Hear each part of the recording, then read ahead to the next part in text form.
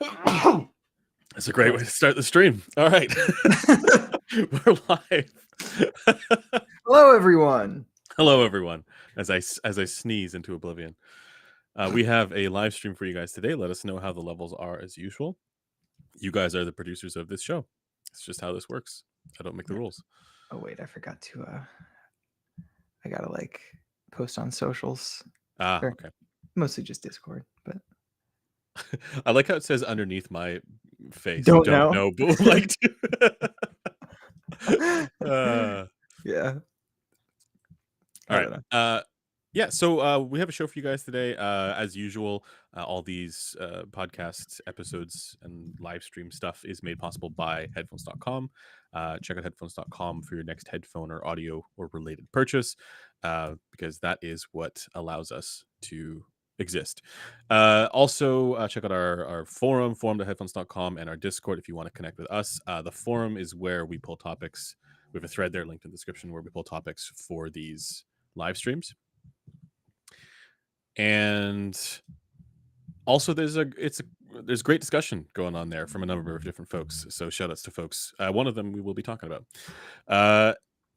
Additionally, if you guys do not want to watch the video portion of this, these podcast streams are available on podcast platforms.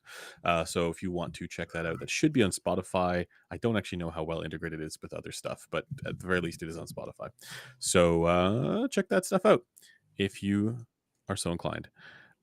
With that stuff out of the way, let us launch into today's live stream, today's episode of The Noise Floor. Oh, and we have all of our socials as well. I'm on Blue Sky. That's where I'm the most active, because that's also where Sean's the most active.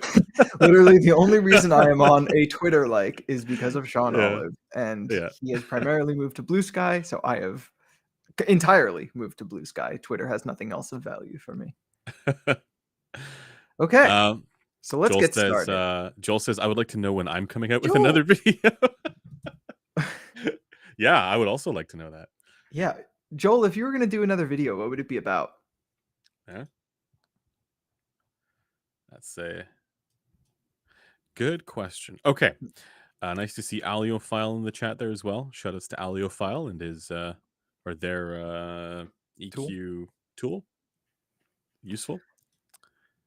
Detail. Okay, interesting. All right. All right, so let's go ahead and get started with the topic then. Our first topic for today is the headline topic, which is what we don't know about headphones, but would like to know. And I feel like you could fill an ocean with these questions, right? I just want to let folks know that we are aware that Justin Trudeau has let himself go since resigning as Prime Minister. Jesus Christ. All right. So I've shown the Trudeau stuff to my partner. You know, the person who knows me and my face the best in the world, probably. She's like, don't see it. Not at all. Really? Yeah. Yeah, but that's just to... And to be clear, Justin Trudeau never had hair this long. It was always a little bit shorter, yeah. Yeah, it was a little bit longer than ear, I would say. Yeah. Okay, topic at hand. Let's get into it. I'm curious what your thing is for this. So the thing is, we wanted this to be a shorter stream, and if I say all of them, it's not going to be a shorter stream. Okay, the one that's headlines, yeah. The one that's been most on my mind recently is, how far into the video are we? At least 2 minutes, would you say? Mm-hmm. I want to know if I could say an expletive. Yeah. What the fuck does the Harman target sound like? Well, depending on which corner of the internet you ask that question in, you will get a different answer. Yeah, I don't think anyone actually has the answer. Nobody has the answer, but also people think they have the answer, but they don't. Yeah, but that's kind of what the thumbnail was about. So because that was done on an ear that nobody has, that we don't have a head measurement for. We've basically just been using a target that looked like the other targets and kind of like it was bona fide because it had research attached to it. But when you look Yeah. deeper into it, you realize it's not actually applicable to any of the rigs we use. And see, Aliophile even said, and like this is misconceptions that like we've had as well, right?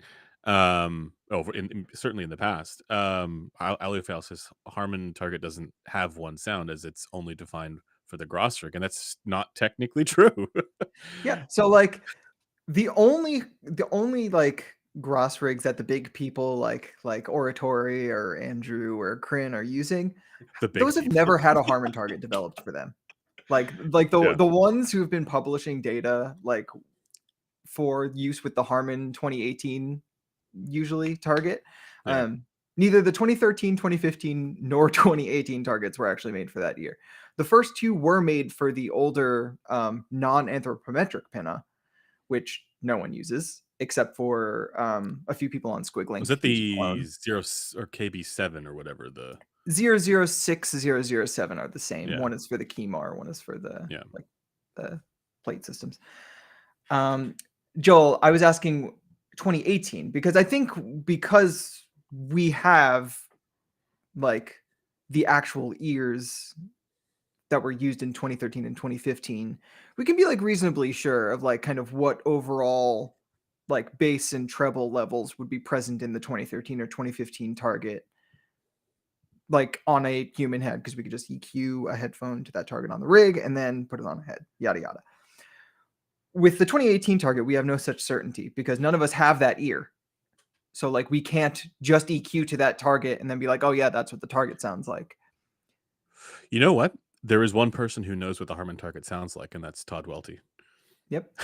Yeah. I mean, Sean probably knows. And I mean, the original participants in the listening study also know, Oh, right. right? That's true. Yeah, of course. Um, but what's interesting is that if you with many scrungles, by the way, if you do some trickery to kind of translate the Welty results to, let's say, the Grossier U and Oratory and Kryn use, you get a result that actually looks a lot more like the 2015 target in the treble. Hmm. So you don't really get the ear gain reduction, and you Rip. get more treble, but Yeah, you get like the same bass because it's essentially it's the pretty same close. bass. I think the frequency shifts a little bit, but yeah. Yeah. Uh, So I would say to those who are on Squiglink using the older style of pinna, just use the 2013 and 2015 targets. Like Like if I you're using am KB6 or 065, yeah, whatever yeah, it yeah. is, If you're use the using the clone ears, yeah. like the clone anthropometric ears, like the newer ones, I honestly have no idea what you should do. Yeah. Yeah. Well, no, they shouldn't use it. I mean, just use the DF HRTF. Well, you mean like with Well, the yes, that's filters? that's what everyone should be doing is using the Yeah. DFHRTF with their own preference adjustments Yeah. that make sense. But Yeah. Yeah.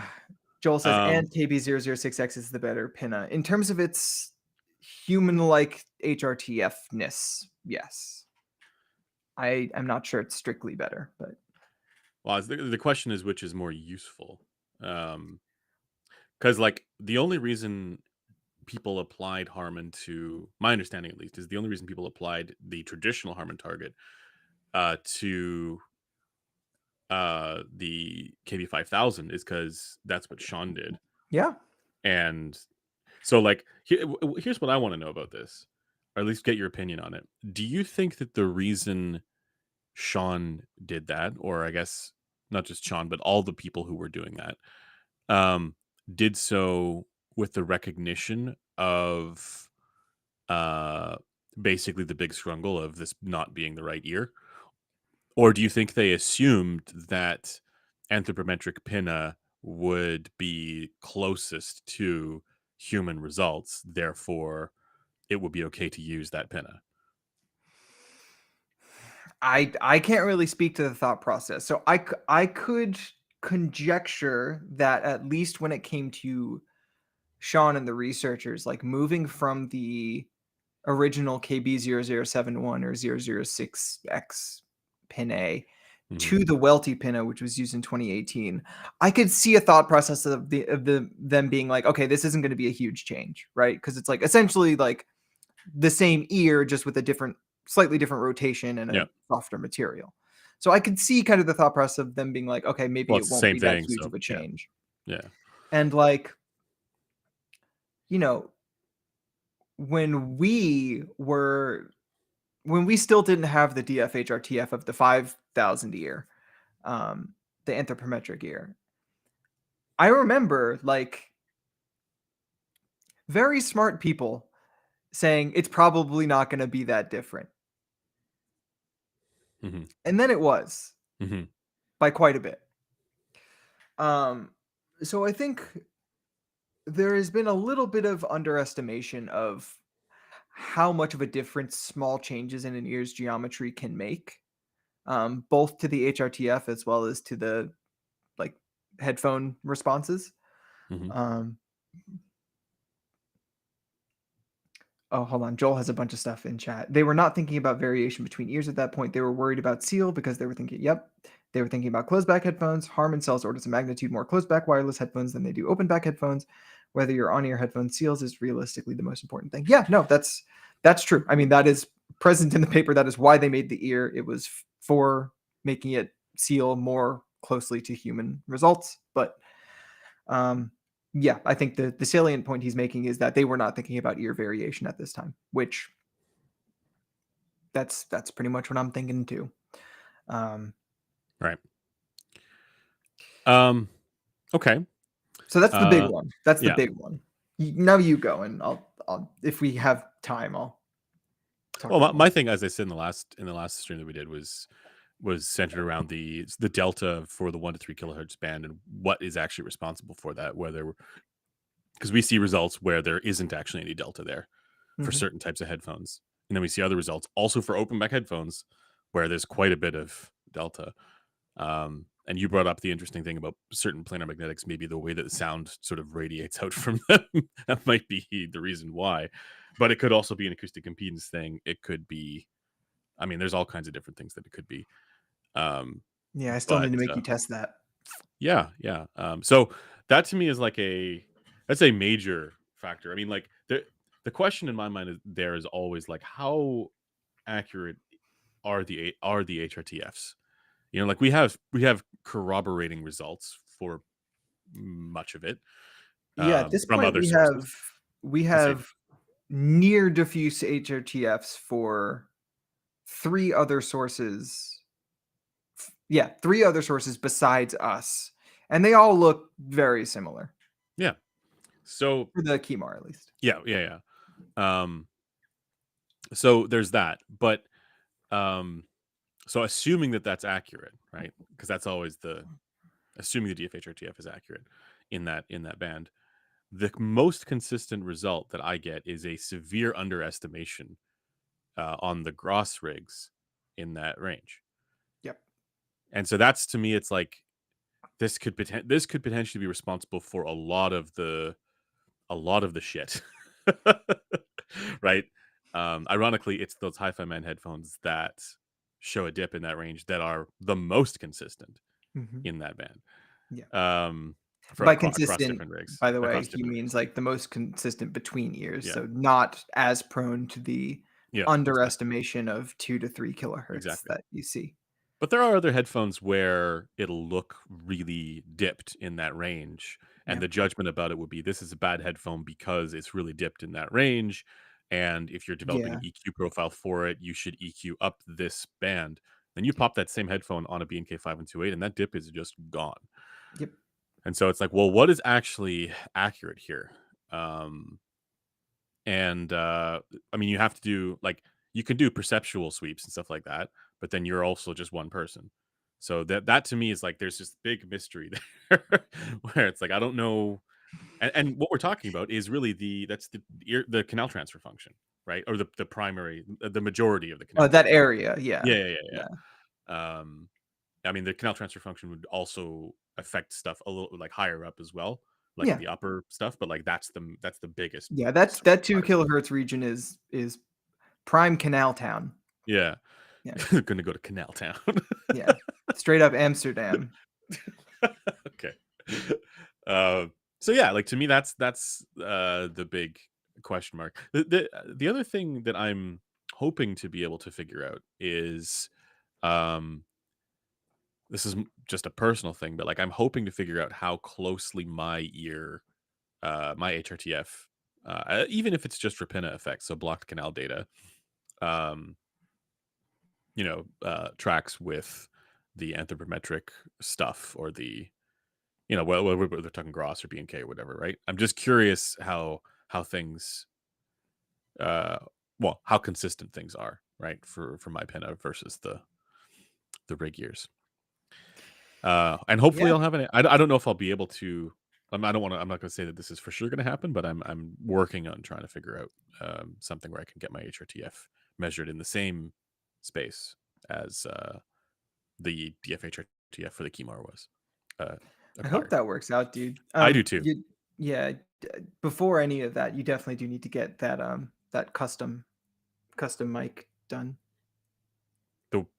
The blocked canal. Yeah, yeah, yeah. Oh, a new one from But Blink. like yeah, like the one based on your MRI because Gotcha. yeah, because Gotcha. we want something that's going to be like Well, as it's perfect as possible and repeatable as possible. I got to be honest. I don't know if we even have time for that because it's coming up here in the next few weeks.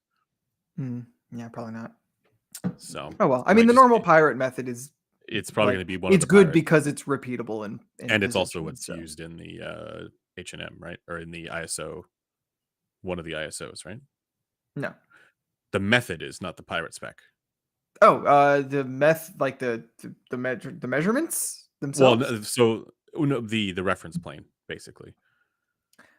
Uh, I actually don't know if they defined the ear canal entrance at Oh, the same interesting. spot. Yeah, Interesting. Joel would probably know. Okay. Anyway, something along those lines we're gonna do. Yeah, I mean, I think what is my HRTF is like what everyone would like to know, but they don't. Okay, thank you, Joel. So they do define the ear canal entrance at the same spot. What are you doing? This just fell. Oh shit! Like it unclipped from the desk, or Yeah. Got it. Kind of fell onto my like a custom baffle. Hope it's Hopefully that's okay. not broken. Oh well. Yeah. But yeah, no, I It's okay because it's a absolutely. peerless driver. Oh wait, it's Peerless Driver. It's good. Nothing of value was lost. Yeah, no. But yeah, when it comes to the HRTF, like I not only want to know what my like outer ear HRTF is, but I want to know like if the sensitivity I experience to that narrow frequency band in the mid upper treble is an outer ear or an like canal eardrum feature. I actually think it's probably a canal eardrum feature. Mm. Um, so I think it might be something where it's like the KB 5000 ear, where the HRTF and the average HPTF just aren't very well correlated in this band. So, like the HRTF dips where the average HPTF often peaks, like in that 9 to 11 kilohertz region. Oh, so you think it could just be a ear proximity thing? Well, I guess for whatever reason, feature of the condition being on your head affecting the headphones behavior. Yeah, like I struggle to point to like a specific cause, but I think the effect that I would be comfortable characterizing is just a lack of correlation between HRTF and HPTF. Right. And I think is there that's where that just tends to happen for all of the ears. okay, so like when you hear a, let's say, quote unquote normal headphone in that range, is it more likely than not that you're going to hear excess energy in that range? When you say a normal headphone, what do you mean? Like a headphone that people ordinarily would not attribute a meaningful coloration in that band. It would depend on the headphone. Okay, like let's say I don't know, a Sundara. Yeah, I do. Yeah, okay. Yeah, Joel says, yeah, he describes 650 as bright. So yeah. It's also dark, but it's bright too. It's man, my camera is doing so many weird things. I tried to set the auto white balance, but for whatever reason, it's just not having it. Seems all right. It's green. It's pallid. Yeah, it's just dark. That's the bigger issue. Yeah. Okay. So I forgot what I was going to say. Oh yeah. So no, it's just dark. Got it. the 9 to 10K thing for you. Hmm. What I'm wondering is like if we did that thing like a while ago where we were testing blocked canal results on my head versus like other heads, and I was just sort of looking at this with blocked canal stuff. Well, obviously it doesn't include the canal transfer function effects, which would be influential in that band as well. Yes. Right. Yeah. That's like the other big area they contribute to is like 8 to 12K. But we did notice that there was a drop off at 10K in how headphones are typically measuring on my head. Yes. Meaning that region might not be as problematic for me, as a result of just the way that the headphone itself is behaving, potentially, because we don't actually know what my HRTF is. The thing is, subjectively, I do hear a bit of forwardness somewhere there on an HD600. But the difference is that, you probably noticed this as well. To me, it's like that HD, the HD600 in that, like, or the forwardness, I guess, in that range, kind of balances out some of the thickness and the warmth, and it creates that kind of like sweetness effect the headphone has. And so, like, in that sense, we're able to recognize perceptually the same thing, even though we're attributing some potential difference. So what I'm wondering is this a real difference, or is it just that your attention goes to that coloration as more negative and my attention goes to it as more positive? Do you know what I mean? Yeah, I mean, I think listening to an HG650, I feel the same as what you mentioned, where Mm-hmm. that 10K elevation is noticeable as a coloration, but it's one that is like necessary for that headphone to sound balanced, in my opinion. If it doesn't, like, if you just EQ that out, it becomes a sludge fest. And there's Like too it's much at what, 5K as well, or something like that. There's too much. yeah, a little bit. Yeah, It depends on the age of the pads. of course. As Yeah. same for the 10K region, but Yeah. yeah, I find that the reason those headphones are so well like tuned is not just because they have an adherent mid-range to human expectation, but they're a very well balanced series of compromises that It's make a lot of sense when you listen to them. positive And colorations. It's in a series yeah, of them. they're minor colorations Yeah. too. Like it's I don't know. Like obviously some people are going to just get a Grand Canyon on their head between 6 to 9 kilohertz somewhere.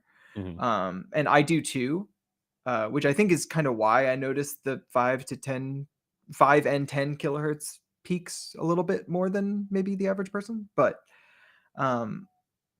without those peaks, the mid range would be very warm and kind of, well, closed in sounding. Yeah, because you got that forwardness at like 100, 200 250. hertz. Oh, okay, yeah, 200, yeah. Well, then basically where before the drop off, and then you've Mhm. also got that forwardness kind of at around like 1.5K sometimes. Yep. So yeah, it's a series of delightful colorations. Yeah, and like that's kind of as good as it gets, Yeah. right? Like, because when you're tuning a stock headphone response, like, I mean, unless you're like the Maxwell, where you're heavily utilizing DSP to do the tuning, like you're just not hitting like a perfect HRTF shape. Like that's just not going to happen. And Like a even if you perfect did, it's HRTF. not. Actually, this dovetails very nicely into the other thing I don't know but would like to. Mhm. Um, Is a bass boost actually good? Yeah, it's based. So I have some reasons to think that what would actually be more preferred, not more preferred, equally preferred, let's say. If I'm going to do conjecture, I'm going to play it safe. Okay. Um, I think it's likely that there could be an equally preferred, not bass boosted sound compared to a typical bass boosted preferred sound. Um, We should call up Lorho right now and see what he thinks. well, I think that's one example, like right, like that's one example in the literature where we found Yeah. a preferable result that resulted from the bass being balanced with the rest of the response, not by boosting the bass, but by cutting the upper mid range part of the HRTF. Yeah. Um, that's obviously not exactly what was done, but like in function, like that's what it is. It's a cut upper mid range. But the more I've been thinking about frequency response itself as a measurement and kind of Mhm. what it characterizes and this is something that we're going to get into a little bit later when we start talking about compression, what kind of the time window response of a transient impulse is. I actually think there might be an argument for a bass boost actually being almost always worse for fidelity to the actual recording, whereas a treble cut would actually be, or even like just an upper mid-range cut, or like a shelf at a lower frequency that cuts everything above like 1K or something like that. Yeah, this is just warm poo propaganda. It's not though, because like I actually think you could get away with like, the typical treble delta or bass to treble delta we see in Harman's work is like anywhere in the neighborhood of like 8 decibels to like 14 decibels, right? Let's say in terms of like its overall slope. I think you could get away with half of that. So I think you're generally right that there's a possibility there. At the same time, like, and as far as like getting it closer to, well, as you said, it like recording fidelity, etc. At the same time, people like bass. You know, Yeah, no, I'm not sitting here saying that like bass boosts all need to go away, or that they're guys, not you heard it here first. great. Bass boosts need to all go away, according to listener. So actually, You're gonna do Joel, the low mid cut thing for me. I'm gonna tell. I'm gonna create my own narratives. yeah, go for it. To answer your question, Joel, it's actually what I would advocate for is actually the same Q because they use a pretty low Q filter. Oh wait, sorry. You're talking about the bass. No, I would advocate for the same Q as the treble shelf, but brought down in frequency, like Lower down. by maybe 1.5 octaves. So instead of 2,500 hertz, maybe around like 800 hertz. So it's more like a room Mm. tilt, instead of like it's more like the B and K Yeah, optimum or hi-fi whatever. optimum Yeah, curve or yeah. whatever. Yeah. Where it's more just like, the base is like flat and then it just kind Yeah. of gradually trends down. A smooth tilt, but without a base shelf. No, Or without I'm base definitely in boost of any favor of that. kind. So like I'm in it's, favor of that as well. yeah. So like it starts going down at 200 hertz and then just But I mean, it's still gradually slips technically a down. bass boost. It's just not a shelf filter. It's like a tilt Yeah. cut, Yeah. like a broad boost of some kind. So I've been testing this out on my own, and I have found the sound is much preferred with like just a -4 decibel treble cut, but at like 800 hertz with a wide Q shelf. I got Um, you. I find that the bass kind of bumpiness doesn't come forward as much, but the overall recordings just sound way more coherent and like there's no So, detachment between the in bass and a the mid way, range. though, you are basically trading one coloration for another.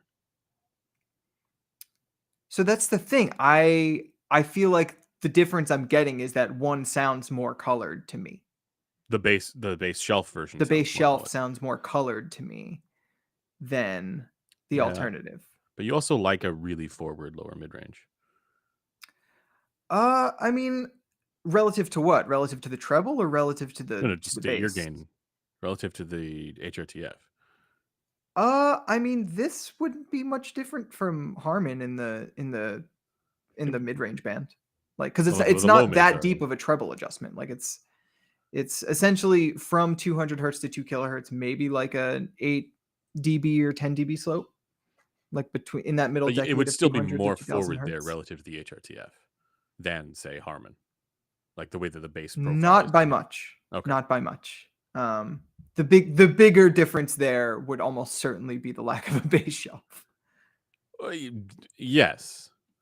But I'm just thinking of, Critical has that whole thing where he worries about like if you do too broad of a if you do basically this kind of thing, you run the risk of making things sound a bit too muddy, because in order to get the tilt that you want, you need to have more presence there. And So maybe I your would argument is just actually have less tilt. I would like to talk to Kryn about how he kind of So I agree, Joel. finds his Kryn is wrong preference about target. that. Yeah. Well, Kryn and Resolve hate lower mids. That's So just what this is stupid. no, but I actually would like to talk to Kryn about how he kind of derived his preference target, because obviously he used, like, from as far as I can tell, what he did first was find a treble level, Hmm. because then for the bass level he ended up using a different shelf than the Harman shelf. So I assume what he ended up doing was starting with the treble, and then once he heard that he couldn't get the bass shelf to work, he moved it. Yep. So for one, he landed on a similar decibel value, 4 decibels. Hmm. Um, but it is much higher in frequency. So his mids would be much closer to just like raw DF, because the shelf isn't affecting the mids as much. It's like mostly just a treble shelf.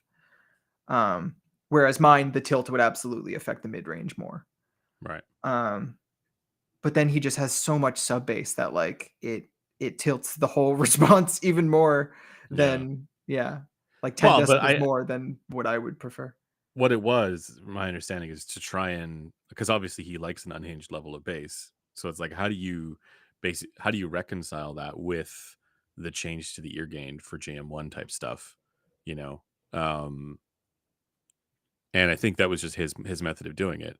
Yeah. But I will agree that I don't think that that's the ideal way to do it, right? I don't think that's the ideal presentation for bass, So right? Even for people this who are is the like first bass time we've heads. had an IEF preference target for like years.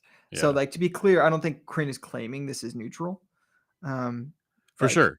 Crane For has sure, said but in I'm his I'm also just videos saying, for that people he who are likes like bass. bass heads who like good quality bass, I don't think that that's going to lead them to that. So the thing is, a JM1 bass line with Harman-esque adjustments probably isn't going to lead them to that. Because like if you think about a bass head, they Yeah, want a lot of bass and they want high quality bass, and they're yeah, not getting that with with yeah, HRTF adherent mids. yeah, Like just flat out the gate, like you need a coloration in the mid range to really of some like kind. add some bass overtones to balance out the If you're gonna have lumps tons, they yeah, want from their massive bass shelves. yeah, Um, but because of that and that kind of line of thinking, I've been kind of moving away from Harman like adjustments as maybe the actual best thing, because like Harman never tested well, really even like. Harman has done research in recent times that indicates moving away from that same style of like aggressive shelf, um, with the Well, they IEM. didn't test that adjustment versus other adjustments. I know, but They tested that kind of tilt-esque adjustment and mhm, found that, you know, a similar tilt to what I'm talking about would be preferred. yeah. Um, that's another thing that we don't know, but I would like to. What's up with IEMs actually in people's ear canals versus the rigs we use? Sadness.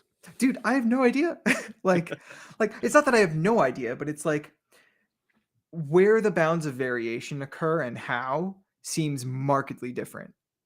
Mhm. Like if Sean's latest unpublished study is to be believed, IM listeners just prefer more treble on average than the headphone listeners based on the 2015 study at least. Like there were significantly more respondents by a percentage, not by a gross number, of people who preferred more treble than DF versus the 2015 study. I don't know what to think about that. I don't know either.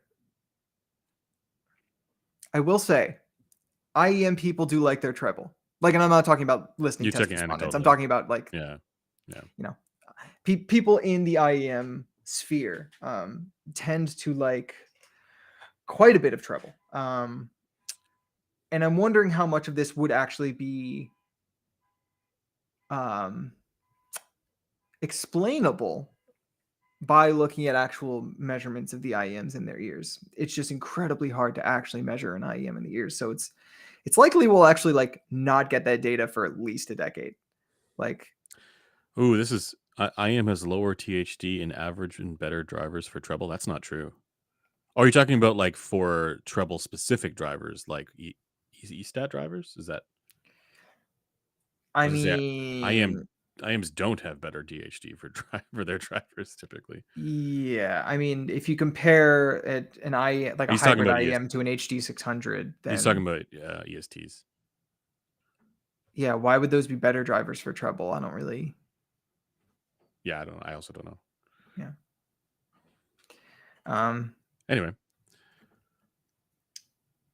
But yeah, I find it hard to discuss IEMs based on measurements because I feel like there's so much more uncertainty with them than headphone measurements. Like a headphone measurement, I'm pretty confident in my ability to like characterize what parts of the HRTF, what parts of the headphone response, and what idiosyncrasies are happening where that are due to what acoustically going on.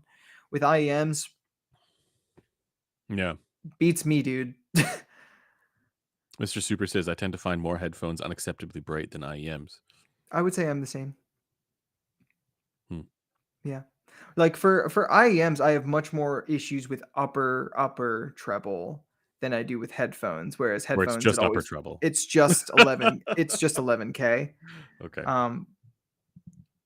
Actually, I'm thinking about like the average headphone versus the average IEM. Yeah, I think the average headphone is worse on my head because the like 5 kilohertz area bothers me more on headphones than IEMs. Right. Shall we move on to the next topic, or are there other things that you would like to? What I don't know, but would like to. Oh, what's going on with that? Hold on. I don't know if you saw this, but someone's at CanJam right now, and they sent me a picture. Which CanJam? Singapore. Oh, okay. Hold on, I'm gonna show this to chat really quick, actually, but I will send it to you first.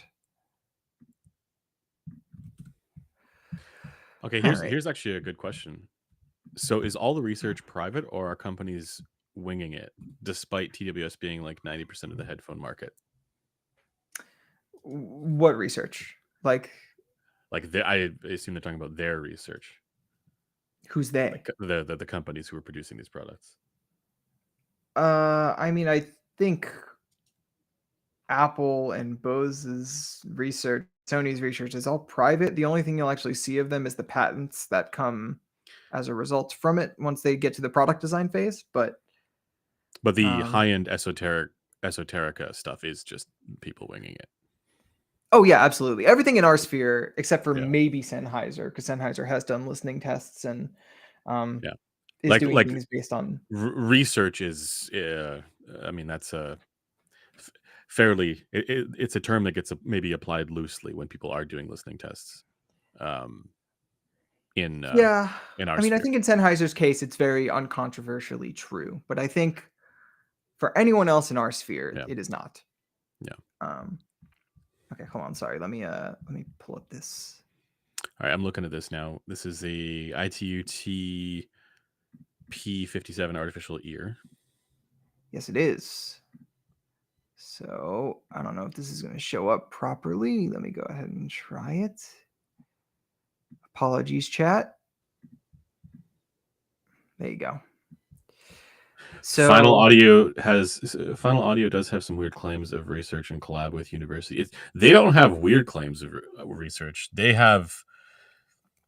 It's weird. It's like they have said all the right things about sound and what good, like their understanding of good is very high, but for whatever reason, it doesn't fully land in their products. Or at least it hasn't as of yet. I'm a robot. you're fine for me. You've just done something that has caused. You've turned on because Oh, you're because sorry you're about that. sharing the thing. Should be better now. All right. How's this? Okay. Better. But yeah, so I wanted to show people that there are actually clone 5128s in the works, and this is the first time I have actually seen an example. Boy, I wonder how B&K feels about that. I mean, probably not great. Like my impression was that like for the clone IEC 711 couplers, like you see here, like the reason those are cloned with like no repercussions or anything like that is because like that standard is just like out there and it has been for a while, and any I think patents on the actual like devices, not patents, no, maybe patents, I don't know, regardless, they are intellectual property wise actually allowed to manufacture something as similar to the other ones as they are. With these, I'm not sure that is a thing. But it seems like they're not marketing it as anything alike to a 5128. They're just referring to it by the standard, which is probably what allows them to do this. But I am interested to see how the construction actually differs, because it doesn't look quite the same. It doesn't. Are you talking about like the way the black section is connected to the ear? Sorry, you mean this or this? I don't know what you were. The one on the right? The one on the right, yeah. Yeah, you're saying that looks different? Yeah, a little bit. It does, yes. I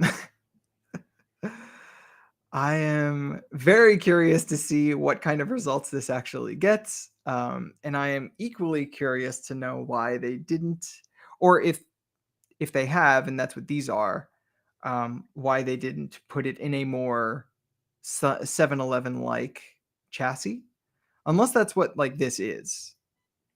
Like if this is a metal coupler with the same impedance as the ear, that would be cool. Joel says 5-2-8 method of putting the resonating volumes behind the mic is patented. So maybe that would be interesting. It like the thing with the 5-2-8. This is something that even that manufacturers don't understand. It's not that it's more accurate. It's that the main benefit is its acoustic impedance. And so, I mean, I would say, well, two benefits. One is the acoustic impedance. The other is the ear canal. So, but if the acoustic impedance bit is the patented bit that clones can't replicate, then it sort of defeats the purpose, kind of.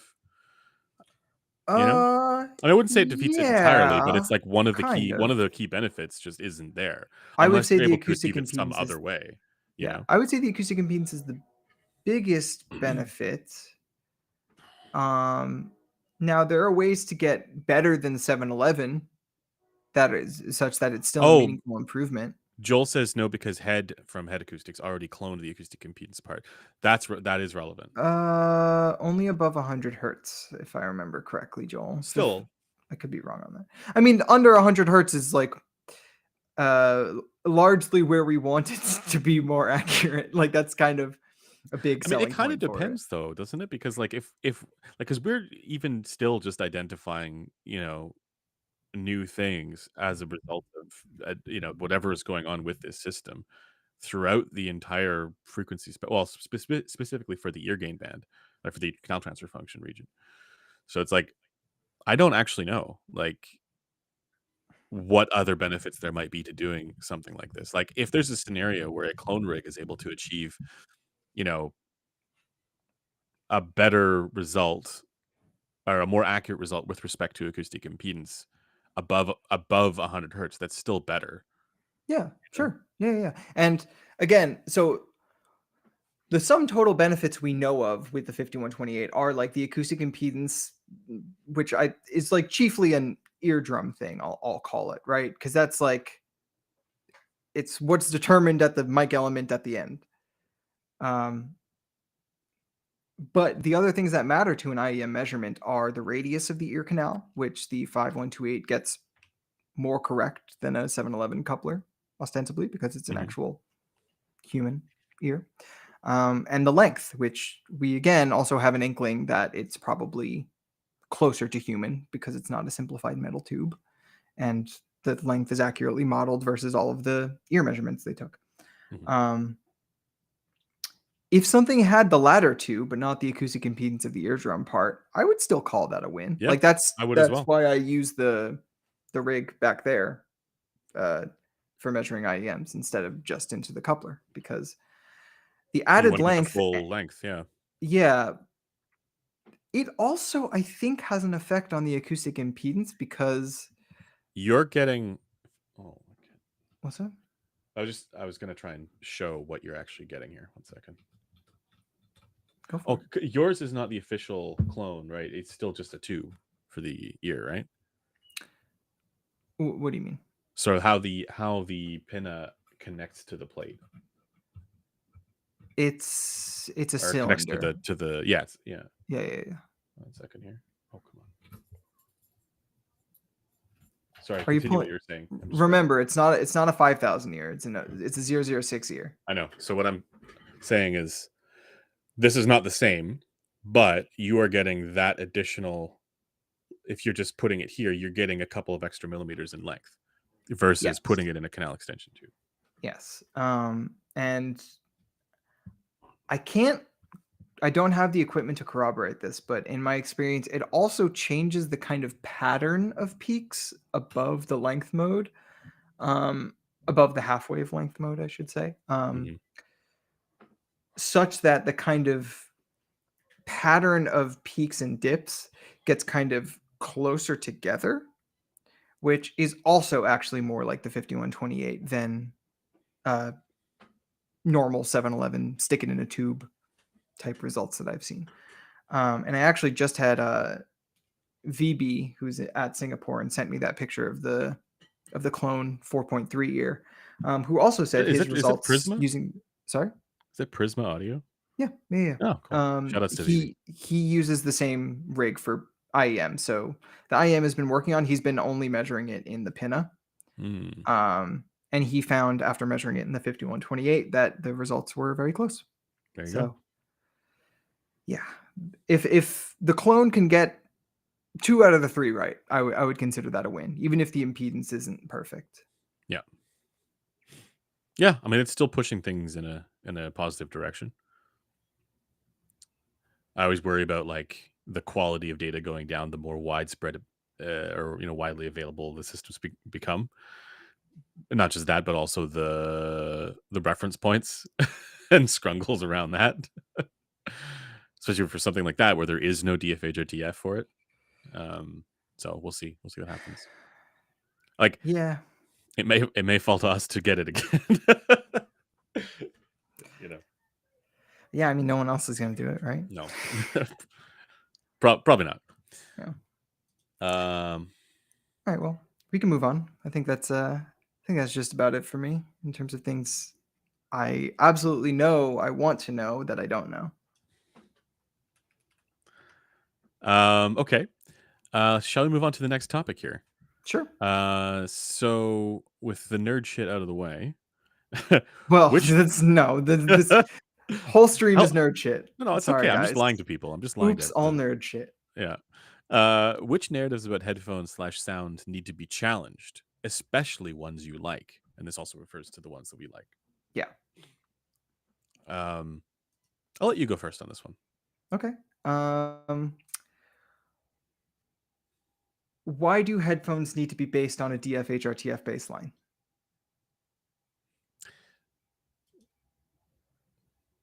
So like are you saying this is something that needs to be challenged because you want more people to know, or because you think there's a legitimate I challenge think there's a to it legitimate that's worth exploring? opposition to So something being like strictly reasonably adherent to DF-ish type of sound.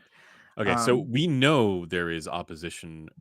I don't know how well founded that opposition is, I don't think it matters how well founded it is the though. thing. Like, I think, and this is kind of going back to the basehead example of earlier, like, I think there are listeners for whom a DF HRTF baseline just will not be the best thing for the kind of sound they want Mhm. because they know they want colorations elsewhere.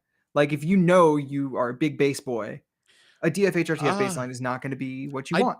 don't know if that's exactly the same characterization where this narrative is challenge, or like the way in which this narrative gets challenged, because like correct me if I'm wrong here, like for how, if this matches how you're thinking of it, but the most common sources of pushback I see are from folks who talk about how, you know, don't we want headphones to match the way speakers sound, and then they'll say because of that, the out or the outcome is, well, your whatever directionally, positionally, front biased thing is more accurate or more correct than the sound helmet approach. Now, I don't want to say people they don't necessarily get there on their own. It's usually when we challenge these assumptions that's where the pushback comes from. Yeah, the thing is though that pushback specifically, like the should sound like speakers in front of you type Hmm. thing, like at least as far as I'm aware, they're not usually talking about free field. Like they're talking about like speakers in a room, right?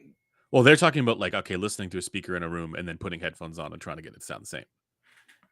Right. I mean, obviously there are going to be some directional cues embedded in that, but I think if you were to actually look at the measured result of that, which is essentially a mixed field, like it's not a diffuse field, it's not a free field, it's a semi-reflective field wherein those kind of like dramatic dips we're going to see in the free field response between like 5 Hmm. to 10 kilohertz are going to be like smoothed out significantly. Like Yeah, think yeah, about Harman in room 100%. flat, like Yeah. that's kind of what it would look like. And we don't actually know that something like that is less preferred versus DF, right? Because it shares most of the same features. It's characteristic of the kind of speakers in a room baseline instead of Yeah. uh, a diffuse field baseline, but they're similar enough that I think the important parts are there. So But we you're don't saying know you if could the stuff you above 3 kilohertz is better or worse. yeah, yeah, yeah, yeah. So you're, in a way, it's like it's an open question as to like fully DF sound helmet versus sound helmet, partial sound helmet, or something like that.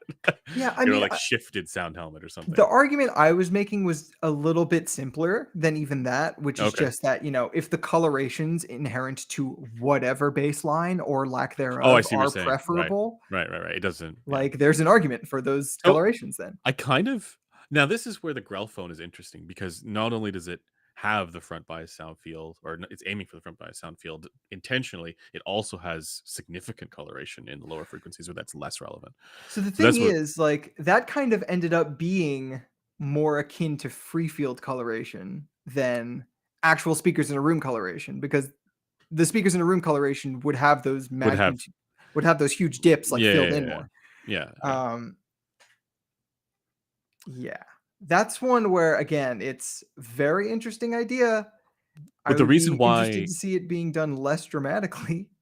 the It's reason why that's interesting to me, though, is because there were people when I was at Munich High End and people were demoing this for the first time, like for them, like obviously you guys heard it earlier. Um, Most people were like, "Yeah, this is not good sound." But there were a few people who were like, "This is the best thing that I've heard at the show by far." And these were not people who were like, I wouldn't put them in like the skill issue category as strongly.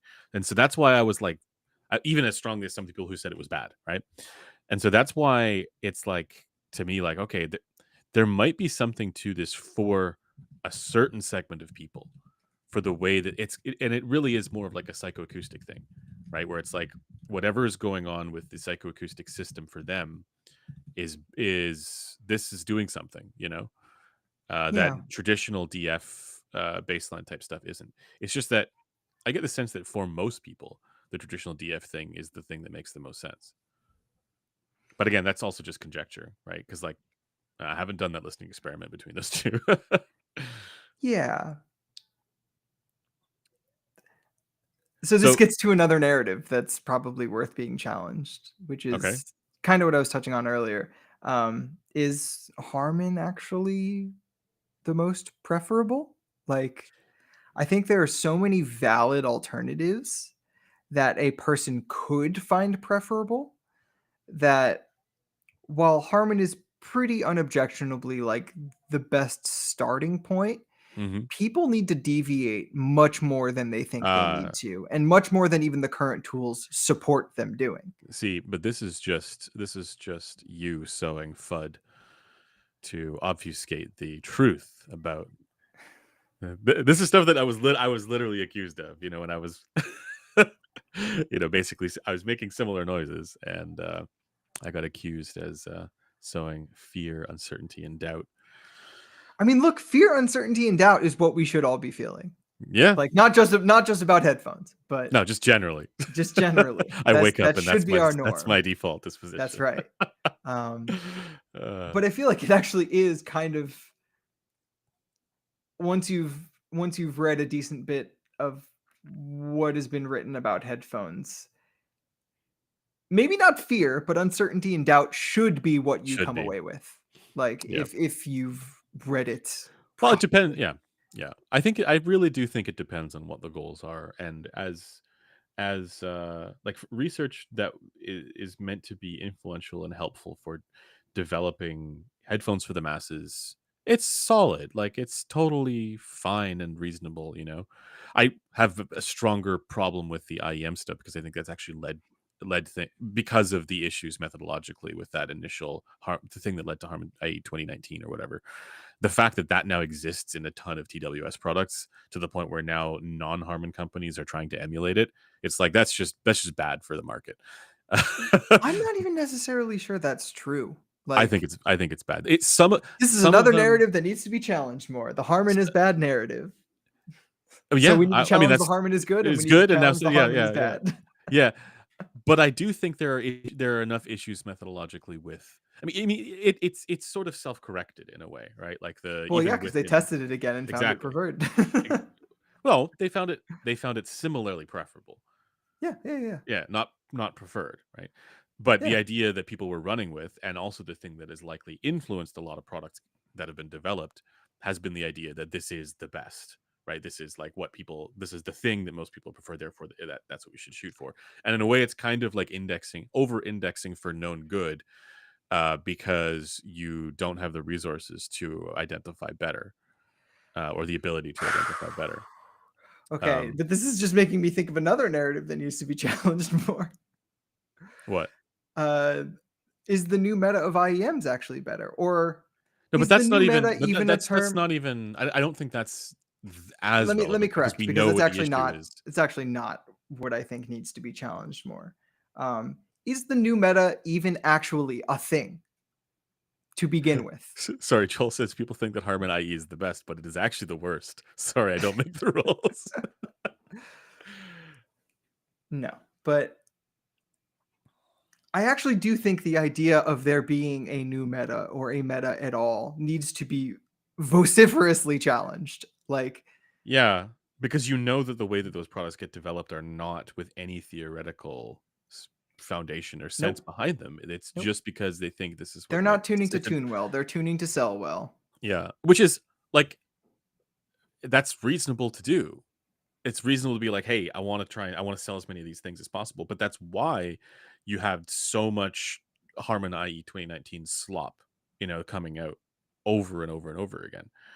It's the Um, same Goodhart's law problem. It's just now things are marginally better, but you have an entire kind you have of a new problem based on the segment of same. people Yeah, it's the hating same on it. problem. It's the same problem, Yeah. just in a new way.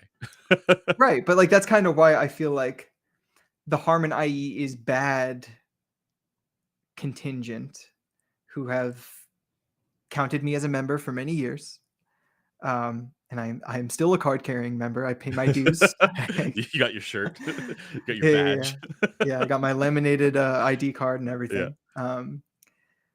I feel like while we have maybe a little bit more of a methodological leg to stand on, or did before the last preference result came out, I feel like there's a group of people who decry the current IEM meta based on the sound of these kind of mediocre sounding products as like, oh, this isn't better. This is just soft, limp, Yeah. poopy doopy. And like, they're not wrong a lot of the time. But that's what happens when, a marketing term appears out of the ether So and brands move to capitalize on it. you know what's interesting is it's like I straight up don't hear that stuff as untechnical. I don't. I like there are What some do you of them mean? that like people are, that's the complaint, right? Like, oh yeah, like a lot of these products, they are natural and tuned well, and they have this warm yet balanced kind of sound signature, but the trade-off is that they're not technical, right? I straight up don't hear most of them as not technical.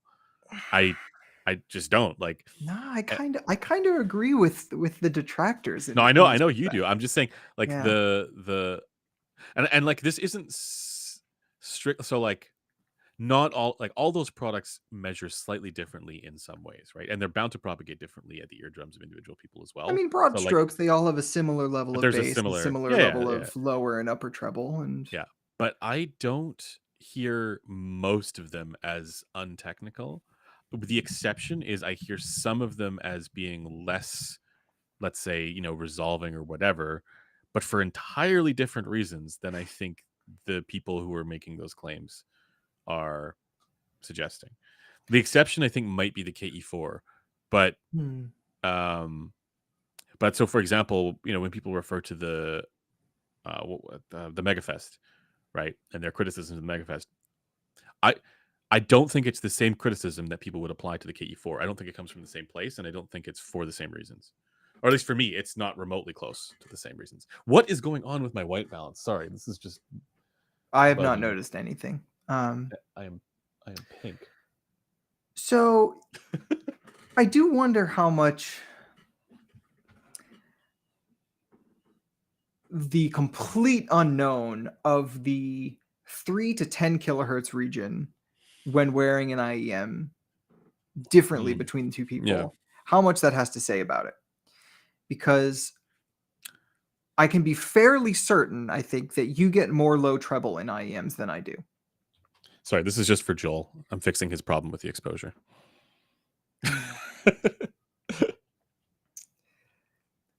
But like, you get a big 6K and around the periphery resonance. Mm-hmm. Mine's usually closer to like 7.5 kilohertz. So I tend to get less low treble. And honestly, I think, and this kind of comes back to the first topic where I was talking about Harman 2018, when transferred to rigs we actually use, has a lot more low treble. I think that level of bass that all of these meta sets have just like is not, and I've obviously said this a ton of times, but it just doesn't fit with the JM1 paradigm insofar as it is the DF mids and the lower treble kind of relax tuning. I feel like that amount of bass betrays both of those things, not just the mid range. But for someone like you who's getting more low treble, it might only be a relationship with the mid range that's an issue. But then you have to consider that you also typically, I think, might hear more upper mid range than most people do because you are a 3 kilohertz recessed boy. Yep. In terms of preference. Yep. I'm a 3K adjustment gang. This is why IEMs suck. This is why, like, as far as like unknown unknowns, like IEMs, are one of the most infuriating because people don't know all of these variance factors and haven't really identified their own preference nearly as well as someone like you So have. it's interesting though, because like I say I'm a 3K adjustment boy, but I'm not sometimes. Well, this is another unknown unknown, which is Yeah. how is the acoustic impedance of the IEM Yeah. itself actually affecting its own variance in your canal versus another Yep. person. Yeah, pain in the butt. Pain in the butt. Quit Ooh says we need to challenge the narrative that IEMs suck. Yes, we do. We absolutely do. Not only do we need to challenge that narrative, we need to challenge the narrative that IEMs aren't better than headphones. Because See, I'm going to go the other way. I'm going to challenge the narrative that IEMs are better than headphones. okay, here's my take. The HG600 and HG650 have been around for like 20 years, basically uncontested in reality in terms of value. Like obviously, Sennheiser has been the only person that can do something even close to the same kind of, I think, sonic performance for price, and it only just happened, and that's arguable. In IEMs, if you just knew how to tune the thing, you can make something better. Like with very little issue, you can make something that sounds better and doesn't have the same magnitude of Yeah. non-linearity in the treble that you typically see with over-ear Well, headphones. the problem there is though you don't know that because you can't predict what that's going to be like for people. Like you just said it. You can't predict where it's going to be in certain places No, but and like in no, certain basically ways. above I was going to say above 3 kilohertz. Oh no! I think But it covers the whole of the audio spectrum. yeah, like Yeah, for no. IEMs, it's an absolute crapshoot. So it's like you can know what good is, but basically my argument there is that because you have so many more unknowns, and the one known there is that you are going to get a wider variation in terms of how they're going to be received. It sort of exacerbates the problem. Okay, but IEMs are also the only technology that tends to have like a very good impedance compensation in most of the audio band. Yeah, Like so in that respect, I'm gonna agree, and I'm gonna say that they are better than closed back headphones most of the time. I would say they're maybe even better than open back headphones. Because again, they don't. So like the nonlinearity that Joel experiences in the treble with the Mhm. HG650, for example, like that 7-8 kilohertz dip he gets, that's quite common if the measurements are to be I believed. think this is And I only hear something true similar. if your pinna effects are close enough. It's not a pinna effect HRTF thing though, because that thing doesn't show up No, like you don't. For IEMs, I'm saying if your pinna effect is like you mentioned it yourself that the problem with many IEMs is that, or the listener preference with IEMs is that it was brighter, or they skewed brighter for their preferences. But the problem is we don't know why. And part of that could be because of HRTF reasons.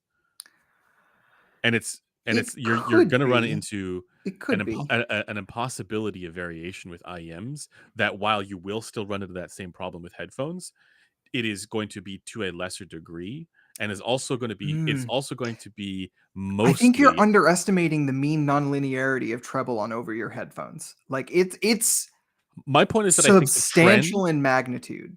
No, I see. I know exactly where you're going with this. First of all, we don't know that that's true, but What do you mean? second, well, we have conjecture about it. But the What do you mean? second We have point, measurements.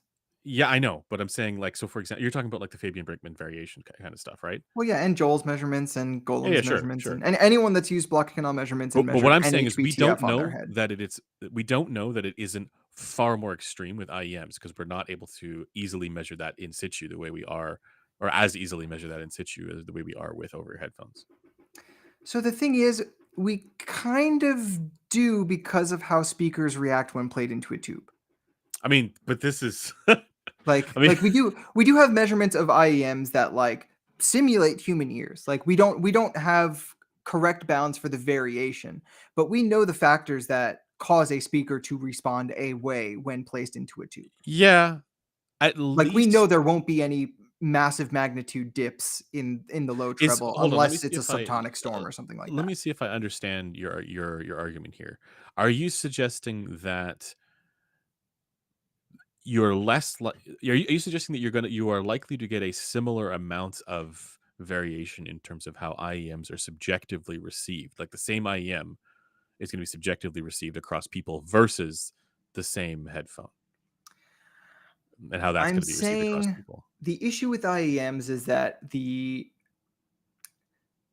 area of concern is of the entire bandwidth, but I actually think of a smaller magnitude relative to headphones, where basically, well, open back headphones, where all of the troubles are above 2 kilohertz, but are quite No, no, large in magnitude. but are you talking about how they are actually measuring, or are you talking about how they are received? Because I think Um, those are two different they are two things. different things. I would say I would say because the bandwidth of interest is larger in IEMs, it might actually be more variant, but I don't know. I there's never been any study of what area contributes most to perceived coloration. Yeah, so it is absolutely conjecture on my part that you're likely to get more perception of coloration with IEMs because we don't know what's actually contributing to that perception. But if we assume, and again, this goes back to why start with an HRTF in the first place for any of it? If that's if we can't make that assumption, what are we doing?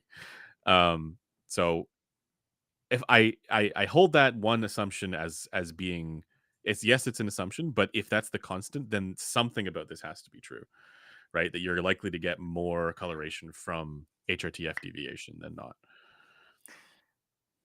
Yeah, I don't know. The thing is, HRTFs vary more than, or sorry, vary less than headphone responses do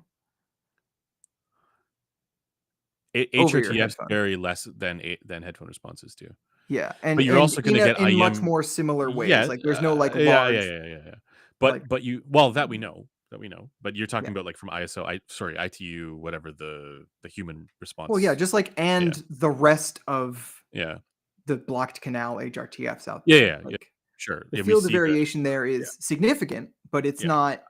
as significant as the response variation. I get what you're saying there, um, but the response variation is also still a factor with IEMs. It is, but I don't think it's to as large of a degree. Yeah, This is so pure basically, conjecture, so so pure so conjecture. here's But how I think this argument goes. It's a question of the it's a question of the level of perceived coloration from having basically the wrong HRTF, even if the delta is relatively small for most of the audible band, versus um versus the potential response variation that you get for over your headphones. That's how I would sort of characterize it. Does that make sense? Like, because you are more likely to get a delta for HRTF in IEMs, and that is more like that's going to be perceived as coloration most likely. Again, I know that's conjecture based on the assumption, but let's just say that it is. My point is that that is more likely to be perceived as not quite right versus the potential response variation you get for the same over your headphone. so my thinking is that for IEMs, HPTF is actually a way bigger issue than HRTF. Like I don't know if that's true. Like, I so, think that it is a big issue, so but hear, go hear ahead. hear me out. So when it comes to like headphone HPTF variation, it's all occurring over 2 to 3 kilohertz, right? When it comes to IEMs, like the way that manifests is based on the dimensions of the volume. So like if you put an IEM in and I put an IEM in, not only are you getting a lower length mode in frequency, but you're also getting relative to the treble less like below that. So less of the upper mid range Yeah, and yeah, lower mid range and bass relative to that. So you're essentially getting an entire tilt just based on yeah. how like how small the volume So, is okay, and thus how what much yes, in the so pressure no, I band can get what you're propagate. saying. You're saying that the actual response variation is going to be more substantial. I just don't know that that is Yes. the I just don't know that that's as significant of a leading factor in the perception of colorations as HRTF wrongness, right? Let's just say, because we know that that's going to be a cause. I mean, the thing is, like, it's not just what I'm saying here. Like, it's the impedance has to do with that, but also you get the frequency response changes that we see with the modal response above the length mode, where Yeah, I'm the anatomical reason variance why causes I'm large issues there. yeah, so the reason why I have this perspective is if you and this ultimately ends at the same problem that we always have, which is that audio files are the problem. But if Always, you yeah, always. so I would say it is the trend that I observe when just getting people's impressions of IEMs. Like obviously I have my own anecdotal ones as well, but like when just getting people's impressions is that they are far less likely to identify things like length mode issues or basically they'll listen to IEMs. Like IEM people in particular are very much okay with some of these narrowband colorations that are there, and they are So the still argument gets very summed up to specific. IEM listeners are less discerning. I I mean, co-sign I that don't know, take. but I co-sign this take, by the way. that's so unfair to say that that's your, you know what I mean? Like, I mean, to be clear, we, I am half joking. Like, there are plenty of over-ear listeners who are not discerning either, right? And they're yeah. not, So so at the very least, I know that or I have this reason to assume that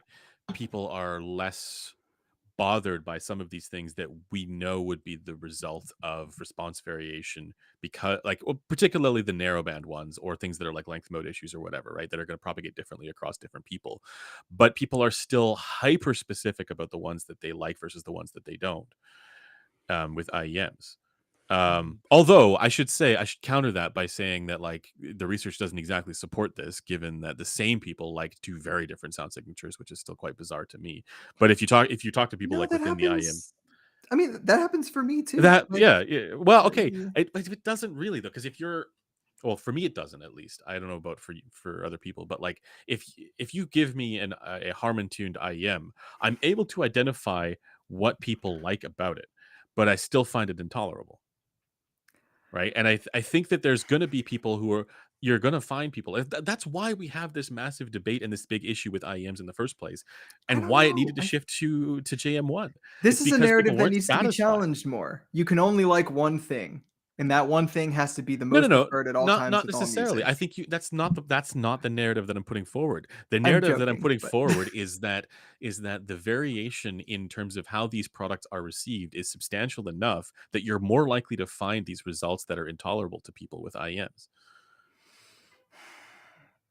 yeah, I Whereas just with over-ear headphones, it's just like, okay, it's not really for me, or like at least that's what I've observed. That's what I've, yeah, I don't know, this is man. anecdotal, but it's what I've noticed. So I think there's merit to the kind of to what you've experienced, which is that IM listeners aren't crying foul of many issues, Yeah. right? Like Well, issues that they've are been there, living with right? huge timbral issues for Yeah. like, Yeah, absolutely. almost half a decade up to this Yeah. point, and Yeah. no one was. Oh, I froze, I think. Oh, did you? Oh no, I think good. And no one said anything, right? Yeah. Um, so I get that. I don't think you're wrong. I'm just gonna say that. I don't think you're wrong. Um, I'm just not sure you're right. I'm also not sure I'm right. Like, to me, there's something there about like the whole like variability or the specificity with which people have preferences on in IEMs that I don't quite see the same thing happening with headphones. Though I should say that's only localized to open backs in my experience. Ooh, I have another narrative. Okay. Um, People should pay attention to reviewers. People should pay attention to review. Do you mean like No, that's the manufacturers? narrative I want to challenge. Oh, So I okay. actually and it's not just because like, oh, this isn't your Hold on. Are you hearing or saying whatever. manufacturers? No, I'm saying like consumers. Consumers. Okay, okay. Yeah, yeah, yeah. Like, and I'm not just saying because like, oh, the reviewer is listening with ears that aren't your own, therefore you shouldn't care. I Okay. think the people who have kind of arisen as notable reviewers in this space are way, excuse me, way more nitpicky and unreasonable than most consumers are.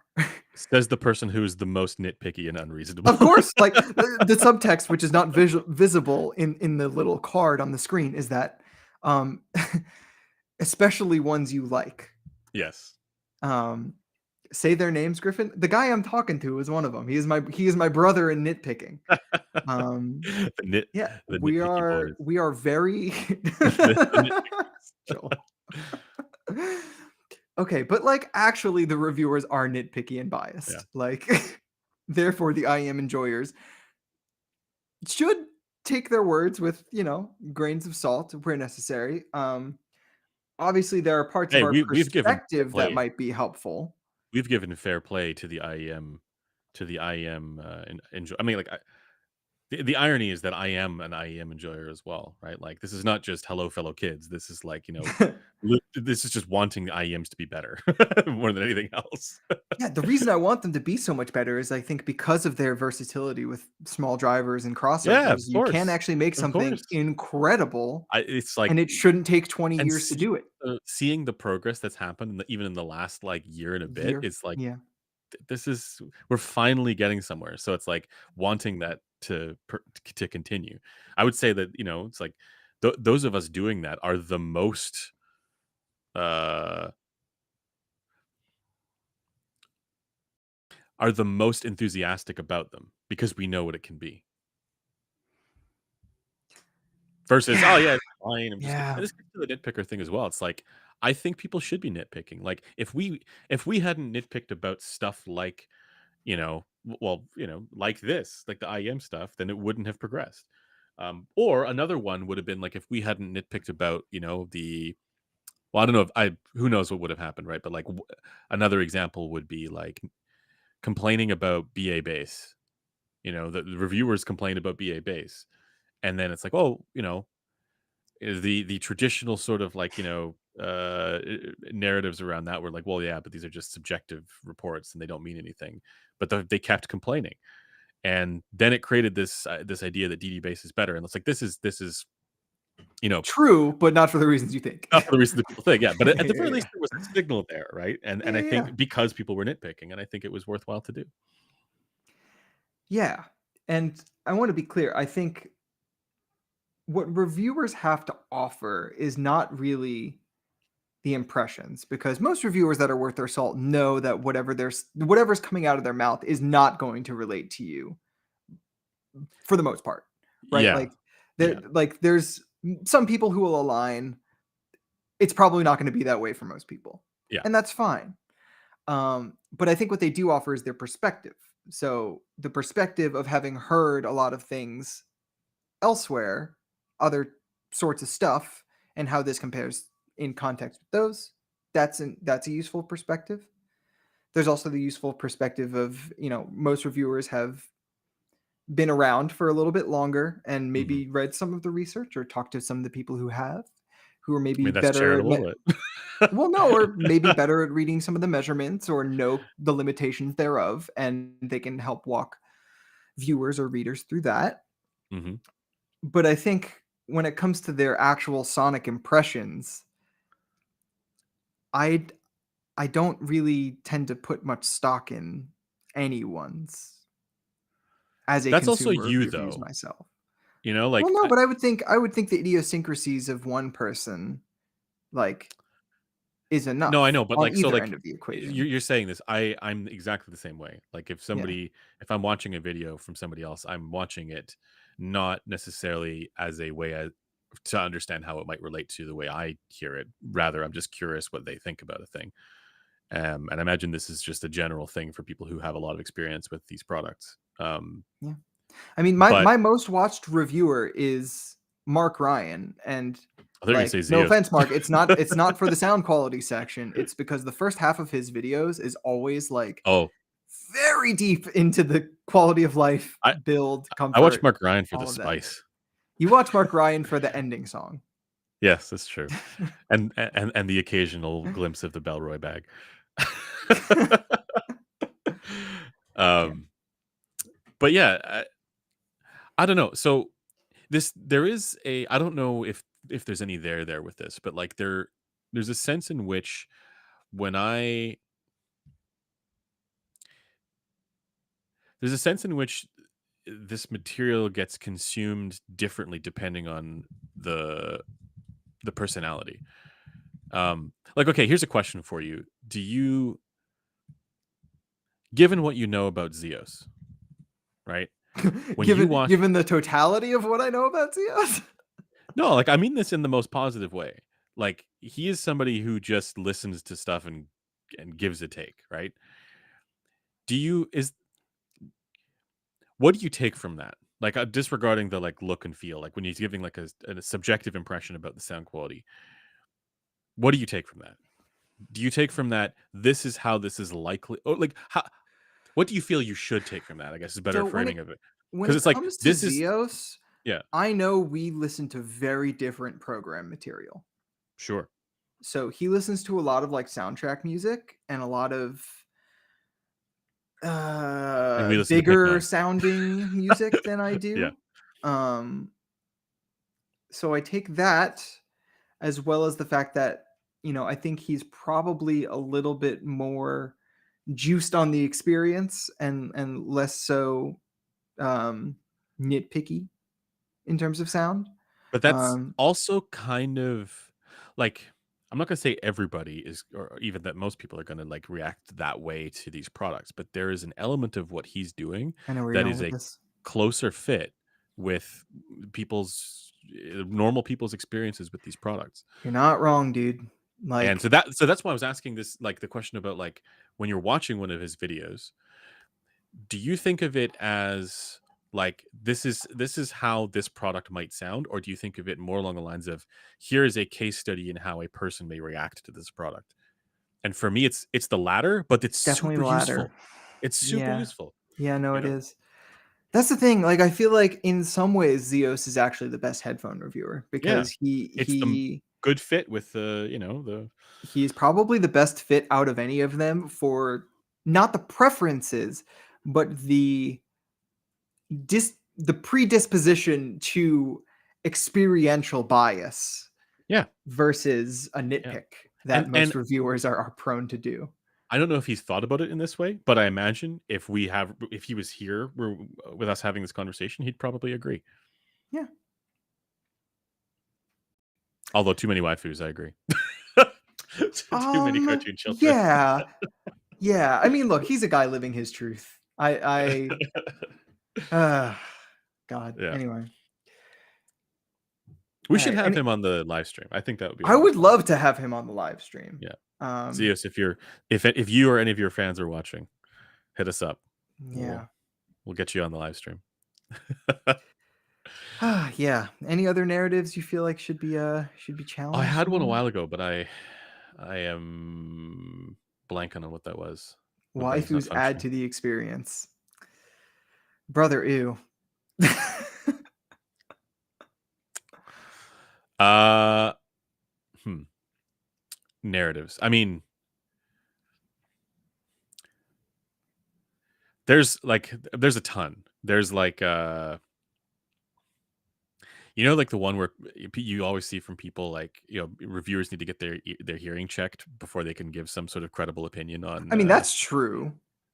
well, okay, it's good to have your hearing checked generally, Yes. but the idea that one person can hear 18 kilohertz and another person can hear only 14 kilohertz, and that makes the person who can hear 18 kilohertz a better judge of the product is nonsense. I would challenge that. Yeah. So like how high up you can hear is not, you know, It's not an indicator of quality. yeah. The other, I mean, like the obvious narratives are the ones where like when people are reading graphs, like most of the time they are putting way too much stock in the FR above a certain frequency. Sorry. What? Eminent One just posted an absolute banger. IEMs should be relegated to situational convenience accessories such as a straw where it is only useful to suck. What? I feel like Eminent One is like Rob Hawk if he was like, I don't want to say more unhinged, but like more intentional with being only unhinged. That's a very high quality post, Eminent One. Thank you for chiming in. Like, I feel like Rob Hawk has gems of wisdom lodged in there. I feel like Eminent One is just like full tilt madness at all times. It's great. Yeah. All right. The narrative of needing treble extension is bad. Please low pass everything above 6 kilohertz. Okay, Wow, so this not the is second another part of that. Not the second part of that at all. But oh my god, the narrative of treble extension needs to die. No, but actually, okay, I have a counter to that. A lot of, and I actually don't know how true this is because I'm hedging against myself here a little bit, or like I'm hedging against this take. So people who are like 60 plus, for them, having more treble is probably not as, or having excess treble is probably not as bad as it is for people who are like our age. You know? So like if it in a way it kind of depends on who you're trying to create these products for. With that said, hearing loss is not necessarily linear. That's not my issue with the narrative Okay. at all. Okay, what's your issue with The it? issue with the narrative is that what people are calling treble extension isn't treble extension. Oh, it's just excess 10K or 8K. It's just excess treble period. Like period. Yeah, like people say it's like got tons of treble extension, but it's really just like a bunch of information between like 8 and 11 kilohertz or something like that. yeah. And that's like it could drop off completely off a cliff after that, and it'll still get lauded as having good treble or extension. what they're actually hearing as extension actually only goes up to like 14K. Yeah, which like, but that has more fine, to do with but musical content than, and like how yeah. playback equipment handles What are you musical getting content. above that? What are you actually getting above that? You're getting noise. You're getting some of the brush of a snare drum and the sizzle of a hi-hat. Yeah. Maybe like a weird breathiness of a vocal. That's it. Nothing else is producing anything up there. And so, And if you Horace, only care about those things, why do you care about this? That's what musical content. yeah, like what do you even, maybe metal? Above 15 kilohertz?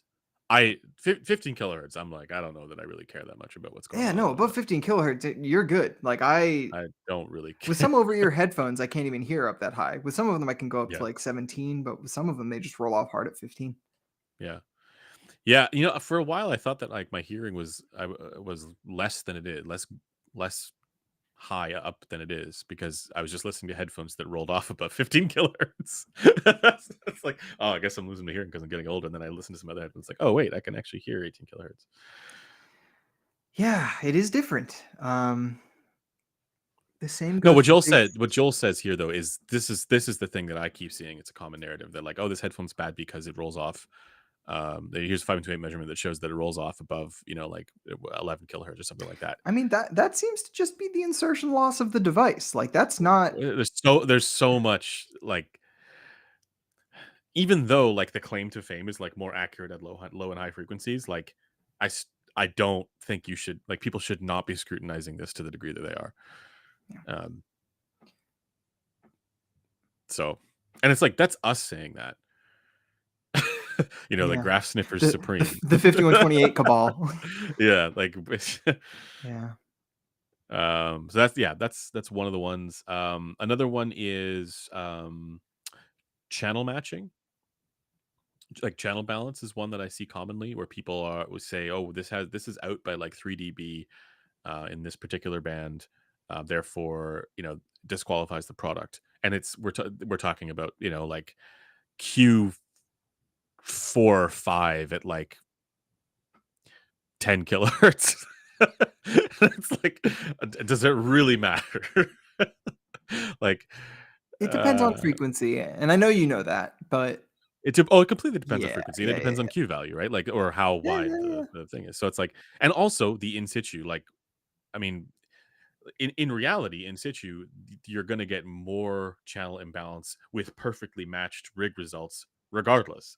So with most headphones, the exception would be maybe if there's something that's like ultra consistent, but even still, I mean, caring about that stuff is, sorry, it's just Eminent One. Oh, I have other narratives. Okay, here's one.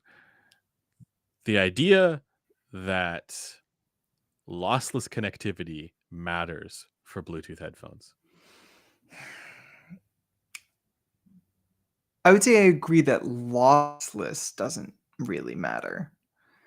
I still think there's issues to be had with codecs in general and Bluetooth in general. Like Yeah, Bluetooth artifacting sucks, and that's not like I don't know it if that's does, necessarily but like a codec where's your issue. threshold for that? Like, what sample rate are you? Oh, I have no idea. I'm just speaking the truth as I've experienced it, which is that often when using Bluetooth headphones, I get a weird warbling sound quality issue that I is most I know noticeable what in you're the talking treble. about, but But that doesn't seem to be like specific to products that, like, I get that actually a lot with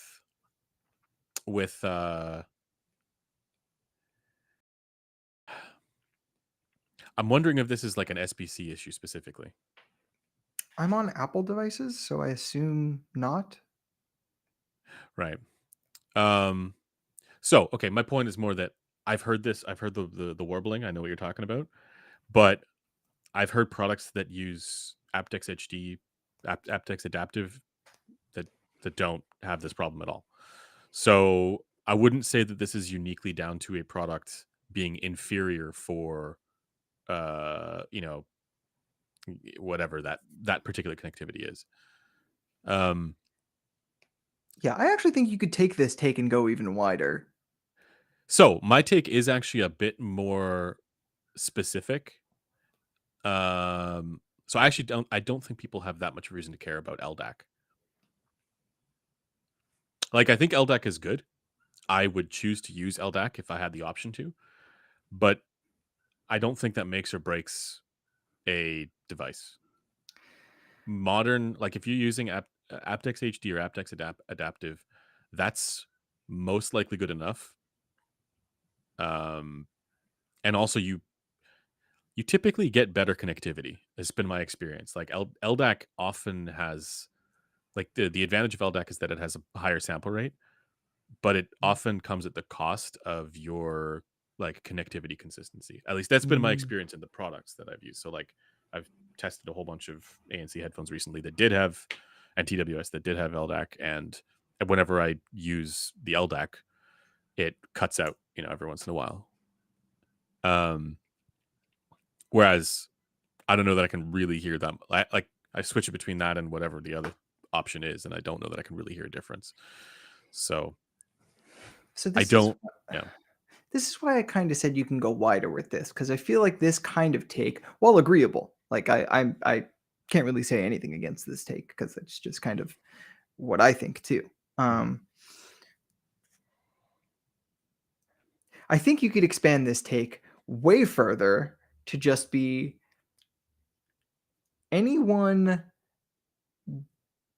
tying themselves in knots because some aspect of their headphone or headphone chain is not perfect or ideal for them, while they are all too happy to ignore the fact that the frequency response is bad, need to recheck their priorities. In other words, if you're worrying about something before worrying about the frequency response, why? 100%. 100%. This is Why okay. are you doing So that? I recently wrote that article on the Batiste MG, and the it was partly in response to people doing exactly what you're saying, where they're complaining about, various different things to do with the connectivity, while completely ignoring anything to do with what actually matters for sound quality. And the counter that I had is like, well, okay, but you have products like the Sonos Ace, which sounds absolutely god awful, but it has, this amazing connectivity they love to put on the box. Doesn't fucking matter because it Yeah. sounds horrible. Yes. You get Like an people have these, efficient, yeah, a completely efficiently and well functioning sound quality that sounds it sounds terrible. bad. Yeah. Um, and so I think people have this assumption that the that sound quality is a thing that is still understandable in terms of spec sheets, Yeah. because it is a spec sheet arms race for some of this stuff, for some people, right?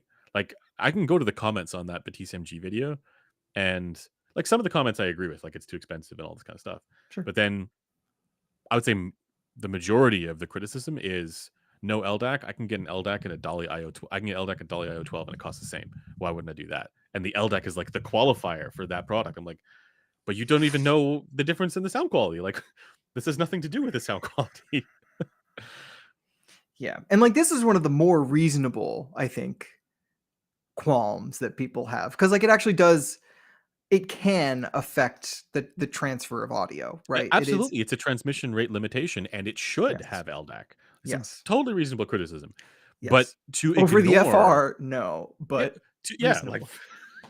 to ignore the thing that really does matter with your Yeah. when it comes to your experience. I only point that out because there are people making way less reasonable or harboring way less reasonable qualms, like the amp being limited or the DAC being limited or Yeah. I the get what you're saying. cables or whatever.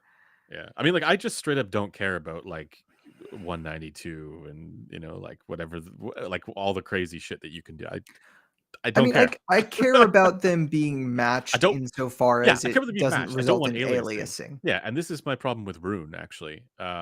Shout outs to Rune, but it is not always obvious that your playback equipment is matched to what you have Rune set at, and what the content is that you're trying to play, unless you're using exclusive mode. Yeah. And that does result in aliasing, and people don't necessarily realize it unless they are paying close enough attention and hear something and are like, "Wait, that doesn't sound quite right." Like it's not.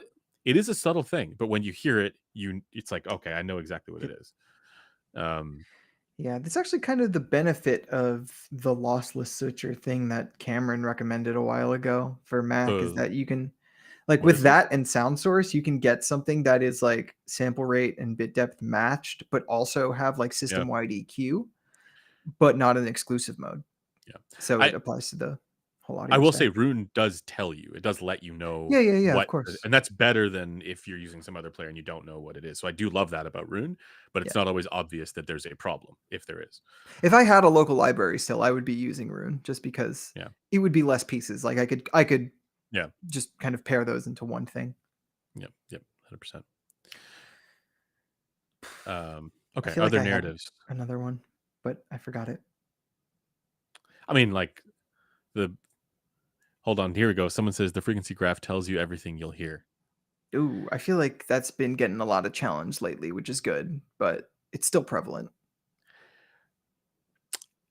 I actually I actually have a spicy take on Oh that. God, Andrew, what are you about to say? The frequency graph is everything you'll hear. It's just that the graph itself is not. So like if you could get a frequency graph at your eardrum relative to your HRTF. I feel like you jumped on this when the actual move was to change the wording. Okay, Because I what's obviously your get what you're saying. It's just like what's your it's not the wording? frequency graph, it's frequency response. Like No, I graph know, but if implies an you actual I but measured think you could if results you that could get a graph, it's just the frequency graph in a different condition. yeah. I would have said that instead of agreeing. Okay. Um anyway, but also we don't know that that's 100% true either. Okay, hold on. It might be everything you hear, but it's not everything you perceive. It is the sound pressure that arrives at your ear, but that Yes, sound but pressure is also affected by things thing. that you are perceiving without the sound pressure modulation that Yeah, like is if you transmitted sound. that's right. If you removed SPL from the equation, you would still get the effect of the Whatever the stiffness of the static yeah, pressure yeah, of yeah, your yeah. hearing system is in that Yeah, moment. Yeah. yeah. Um Which is that's a narrative that needs to be challenged more. That the frequency response is everything. that that SPL is everything. Everything is pressure. Yeah. Uh okay. What else? I think that's it for narratives. I mean there's also the obvious ones of like, the more expensive like the That's the stupid one I was ones. gonna say. Yeah, when you said obvious ones, the first thing I went to is more expensive is better. Yeah. Yeah, the stupid ones. um but also okay, how about this one? Oh and there's wait, another nope. obvious Nope one. has a good one that I want to jump on. Okay, I'm just gonna. Okay, mine's the easy, quick one. The Go. idea that the system matters. Oh yeah, yeah. No, no The amount arguments of times there. I hear that though, like Yeah. No. the Oh, I. pushback that we get is, oh, but it's about your system, Yeah. Yeah. Yeah. everything. Yeah. Nopes is that the narrative that you can EQ a $20 headphone to an $8,000 headphone and have it sound the same needs to be challenged. Agree, because the No, actual just narrative needs to skill be you issue. can EQ it to be better than an Yeah. $8,000 headphone. Because Yes. one, $8,000 headphones generally are not that good.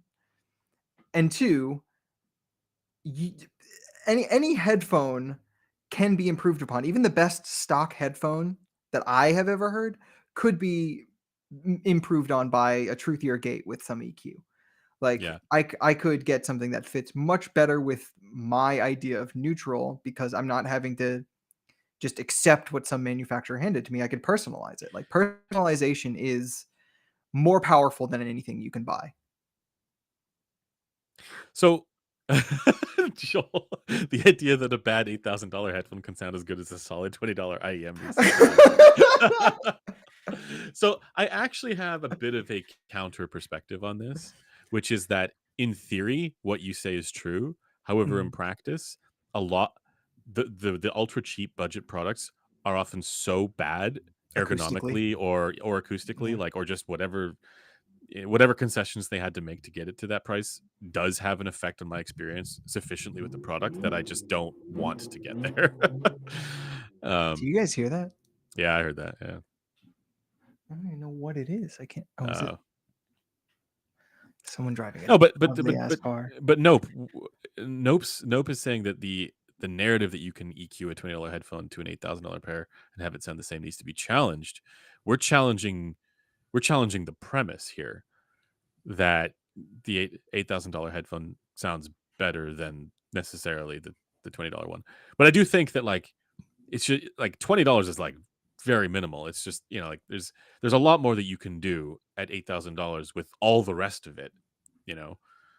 Um so and I think in practice there really aren't that many good products at $20, whereas the range up to $8,000 contains a lot of products that are actually pretty good. So Yeah, and people got mad when I said that you can EQ, and when we were talking the other day about how, or one of the previous streams about how, whether or not you can EQ an Edition XS to sound as good as Susvara, and I made exactly the point that you can EQ an Edition XS to sound better than a Susvara, and people way better. hated that. Way People better. hated that take, Yeah, right? it's not I mean, hard yeah. either. But here's the other side of it. You can EQ a Susvara to sound way better than a Susvara. So true. Uh, Yeah.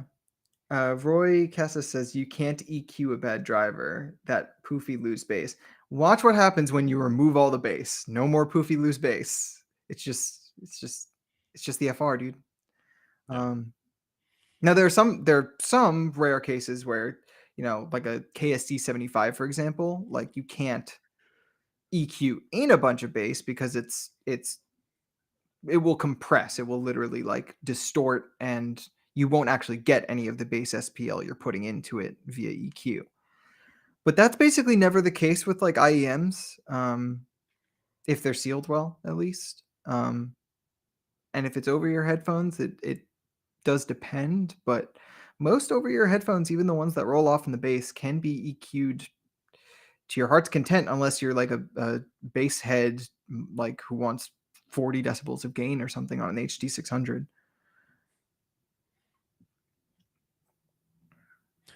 Some spice going on in the chat here. It's interesting. What's the spice? I don't know, man. I tend to think that when people are spending like whatever the ridiculous amounts on a given product, they're the idea that you would EQ a cheap product to sound better than whatever the expensive product is. It's like there's an underlying element of this, which I don't know if this is a spicy take, but like it. We should probably put the spicy hour up on the screen, by the way, just because. But Yeah. So you wanna skip the next topic and no, we'll talk about it as well because it's all a little bit spicy. But okay. basically, the underlying element of that is that like you're paying for the colorations. So like if you're going to take that however expensive headphone that is like very colored in its tuning, that is going to sound bad in many ways, and like normalize it, you may as well just get a cheaper headphone. Yeah, because like provided the acoustics are conducive to you making the adjustments you want. So like if you're getting an ultra expensive headphone, I wouldn't necessarily recommend, if you're getting an ultra expensive headphone and EQing it, I wouldn't recommend getting like a $20 IEM or like a $50 closed back and just saying, oh, well, I'll EQ it. Because like there are acoustic things that will make it harder to EQ to the way you might want. Yes, but also I think in practice it is very difficult for people to EQ things like it's different if you're somebody who is like one of us nerds versus somebody buying a headphone and just making some adjustments for EQ to get the bass closer to their preference. I think in reality that's what people should be doing. And if you're buying an expensive headphone, buy it for the things that you don't want to fix. That's a good way to put it. Yeah, no, buy it for one, for the things you can't EQ, like the comfort. Oh yeah, of course. Or the things that either you don't want to fix Jadis, or are hard to fix, right? Because like in theory you could, but yeah, it's not easy, especially above a certain frequency threshold. Someone said Capra Strap is comfort EQ. So not quite, because Capra Strap isn't free. And it's not gonna work for everyone. But Capra Strap is like Rune EQ. Anime Golem says EQ is very hard and the difficulty is usually understated. I think the difficulty of getting it perfect is often understated. I think the difficulty of making an improvement is probably about accurate in terms of how it's usually talked about, right? Because I feel like for many people, it would only take one or two adjustments to make it more preferable than the stock response. Mm-hmm.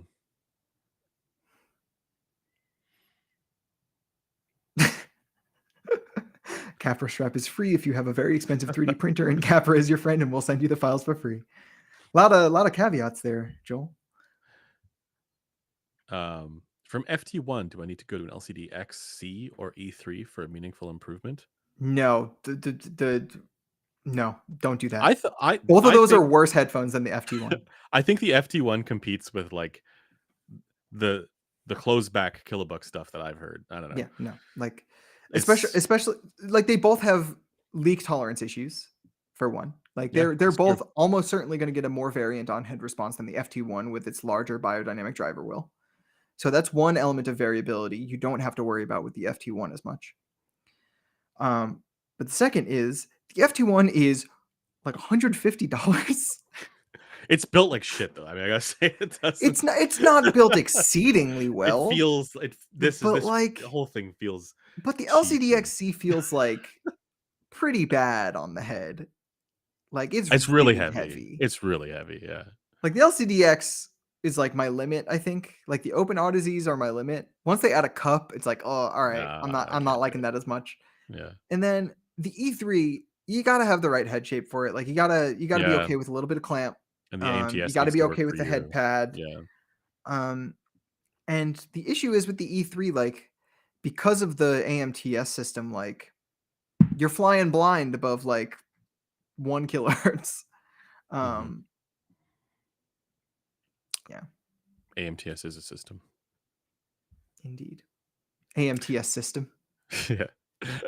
Acoustic metamaterial system. Yeah. Okay. What was our what is compression in headphones? I don't know if we want to. Yes, that was spurred from a discussion on the forum, and yeah, it was from Adu, who's a very well-intentioned fellow who, when he asks a question, he always earnestly actually wants to get to the bottom of it, which I really like. And a lot of good faith. Yes, stuff. And what I like about this question and the kind of examples that he posits is that he does seem truly, bless his soul, to be like not quite sure what audiophiles are on about, which is fair because audiophiles are, who knows, dude? Like when they say compression, like That is a word that means something. In many audio contexts, that is not at all what audiophiles are talking about. Mm-hmm. Like there's codec and like bit depth and sample rate, compression and transcoding. And then there's like actual dynamic range compression, which is due to like actually, well, usually on an envelope specific basis, lowering volume depending on an input stimulus. But then there's also like file size compression, which this isn't either.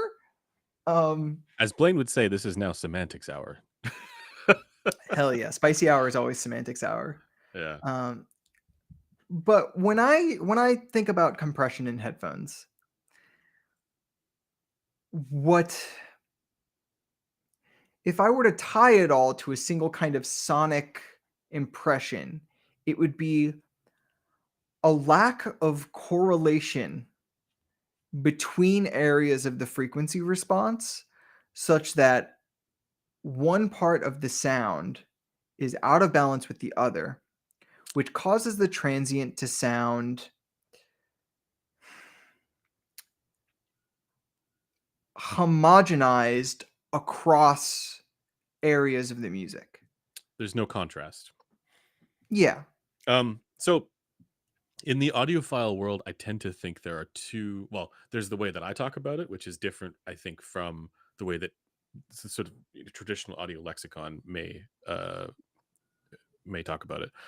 The way they talk about it often is the opposite of dynamics, right? So like the opposite of like the sort of like punchy firework show type stuff you get from the focals, right? And oftentimes planar magnetics are referenced as being the more compressed kind of sound signature. However, those are things that are able to be identified in frequency response. That is, but that's a different thing that I'm identifying when I say when something sounds compressed. For me, it's a timbre tonal thing, specifically to do with how certain percussive tones get rendered by the playback equipment, and how that playback equipment handles the relationship between the fundamental and harmonic tones for those instruments in those recordings.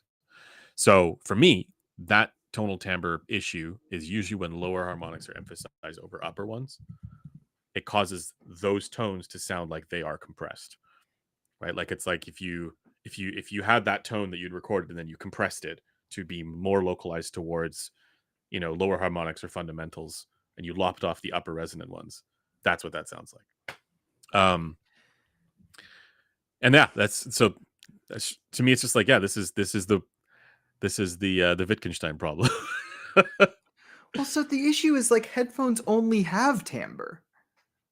Yeah, I know. Right? So like as no offense, as confusing as it is to use a term like compression and then say it's a timbral thing, like that's confusing on the face of it. But once you know how headphones work and know that like your timbral gripe is going to be perceived in ways that are other than just timbre, because like in this case you're getting an effect of the transient being different or but I would colored say in a that way you don't like. this effect is more easily identified within the audio lexicon as a timbre problem when it's bad, versus it goes to a totally different place in the audiophile lexicon with the other sort of interpretation of compression, which is not traditionally associated with timbre.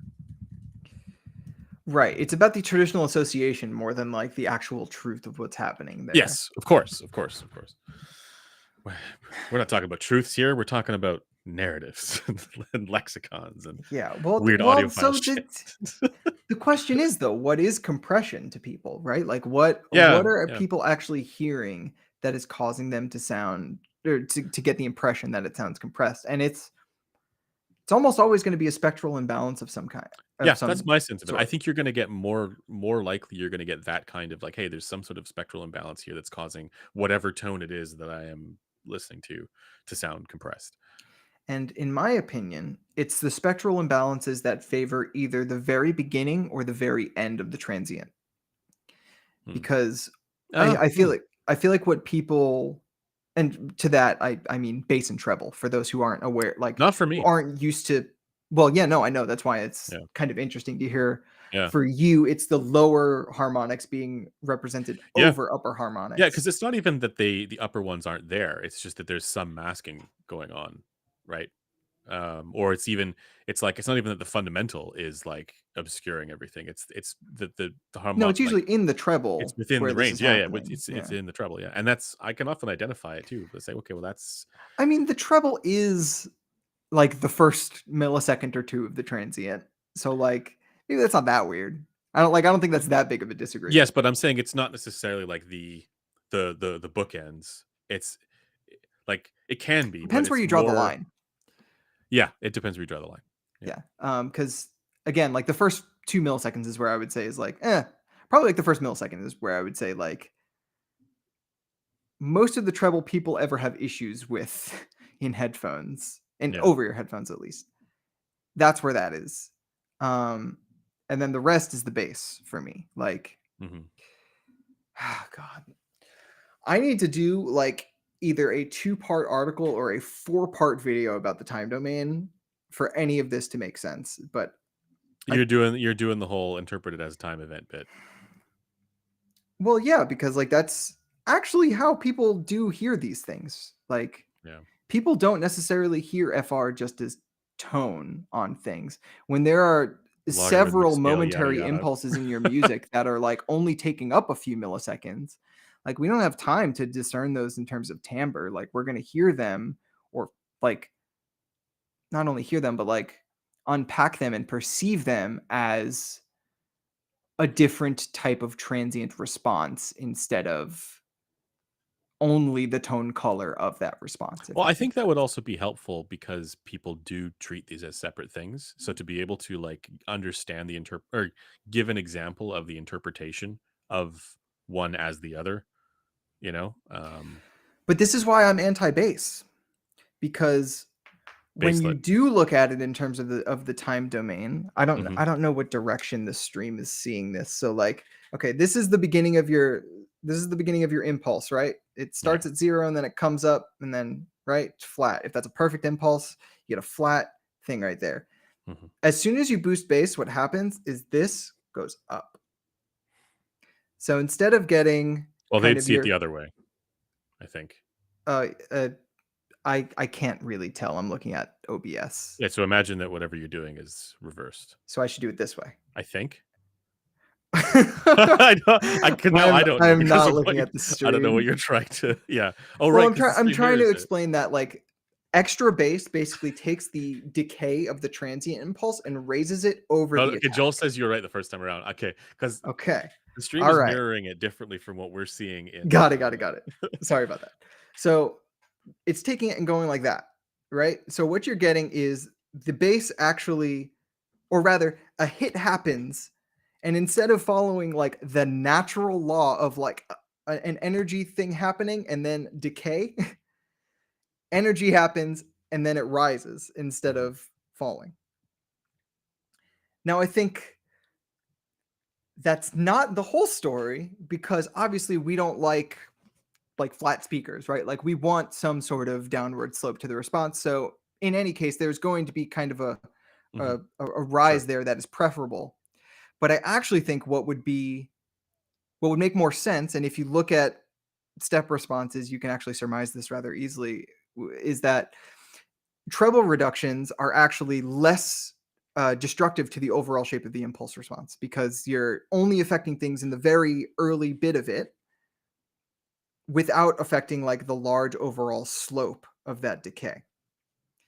So you're making sure the parts that are like wrong probably for your anatomy are EQ'd to be right, and actually at your ear making it more rectangular at the front end, but you're not getting the weird incoherence Yeah. between the front end and the decay blooming over it for some reason.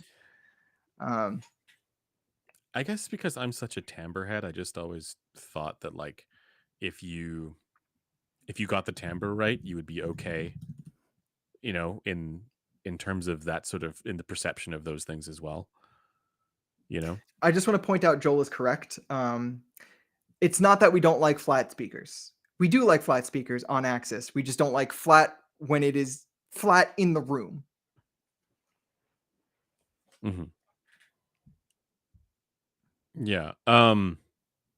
I don't know if there's a scenario where you can do a video series or article series on this kind of stuff without people starting to treat them as separate. What they should look at instead of FR. Yeah.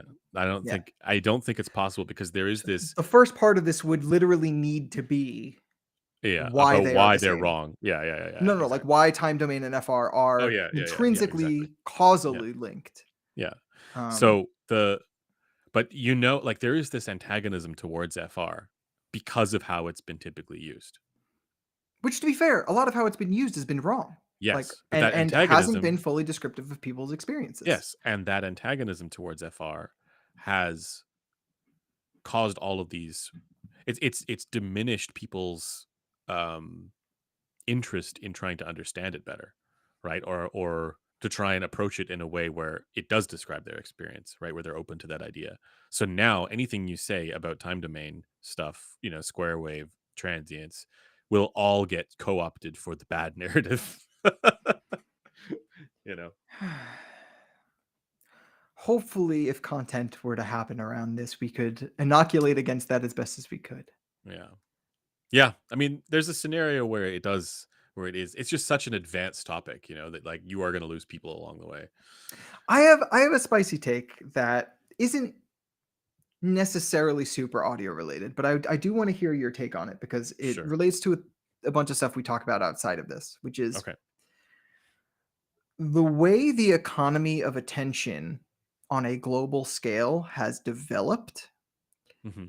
is such that you don't really get, except for, edge cases like massive celebrities and pop stars and stuff like that, you don't get a whole bunch of people interested in one thing. You get a good few people really interested in one thing. Uh hmm. Like, we're not living in a world anymore where, like, You're for the saying this most sort of part, like we're all watching the siloing. same television shows Yeah. on the same 7 channels. We're all listening to the same radio programs. We're all, in terms of the content we are consuming, it is so hyper specific that Hmm. we shouldn't expect kind of the following or the attention or the kind of Yeah. size of audience for something like audio to be like massive or global, obviously because it's a niche interest, but even things Well, that are more interesting to normal people just don't really reach that level. I don't know. There is this reminds me of a conversation I had with my friend about like the death of the generalist. In order to Mm, succeed in society in any way, you have to be a specialist. That extends to the media space as well. And sure. as a result, the conversations around various topics end up being the more niche sort of the things that sort of cultivate more of that sort of like nicheness about whatever the thing is. And so I think there's it's kind of like a feedback loop. Um Yeah. Yeah. but at the same time, I don't know that I have necessarily evidence for that in my sort of like spheres. Like certainly we have evidence for it in like what we do for work, right? Like in our, it's literally our job to review headphones, and the audience that we've cultivated is of course hyper niche, right? But I haven't seen necessarily evidence that this is a thing that happens widespread, um as much as our niche may may indicate it to be, I guess. um I don't know. This is my sense. I don't know if any of this is true, right? Like I think that part of that perspective is like we are we're in something that is terminally going to be niche, right? Like we know that there's a general we know there's a discoverability problem, right? But even just something as simple as like why the fact that a narrative has been able to propagate around, oh, I don't need to care about, getting nice headphones because I only listen to Spotify. That it in and of itself is an indicator that like, there is some awareness, even if it's the wrong thing. you know? Yeah. Uh that like, oh, there is something out there there's an experience out there that I could be having with audio equipment that is better than what I'm having right now. That awareness I think exists. People have an idea of what an audiophile is in their head if they've ever Yeah. heard the word, but they don't have to be an audiophile to have that Yeah, idea. exactly. Yeah. So but I do think it's an interesting perspective that you gave because I'm thinking about like how this applies to areas outside of our world. Mhm. Do you is there a niche is like my brain goes to things like the consumption of art in other, like movies, music, whatever, written word, whatever. Yeah. And it's like, do those things become does the appreciation of those things become more siloed and more niche over time as we specialize more and more? I don't know. I think they do. Yeah, They might, yeah. absolutely. I don't know that I've seen that, I guess is what I'm saying. Well, it depends on the time scale you look at it too, because like if you look at it relative to like the 50s and 60s, it's like absolutely.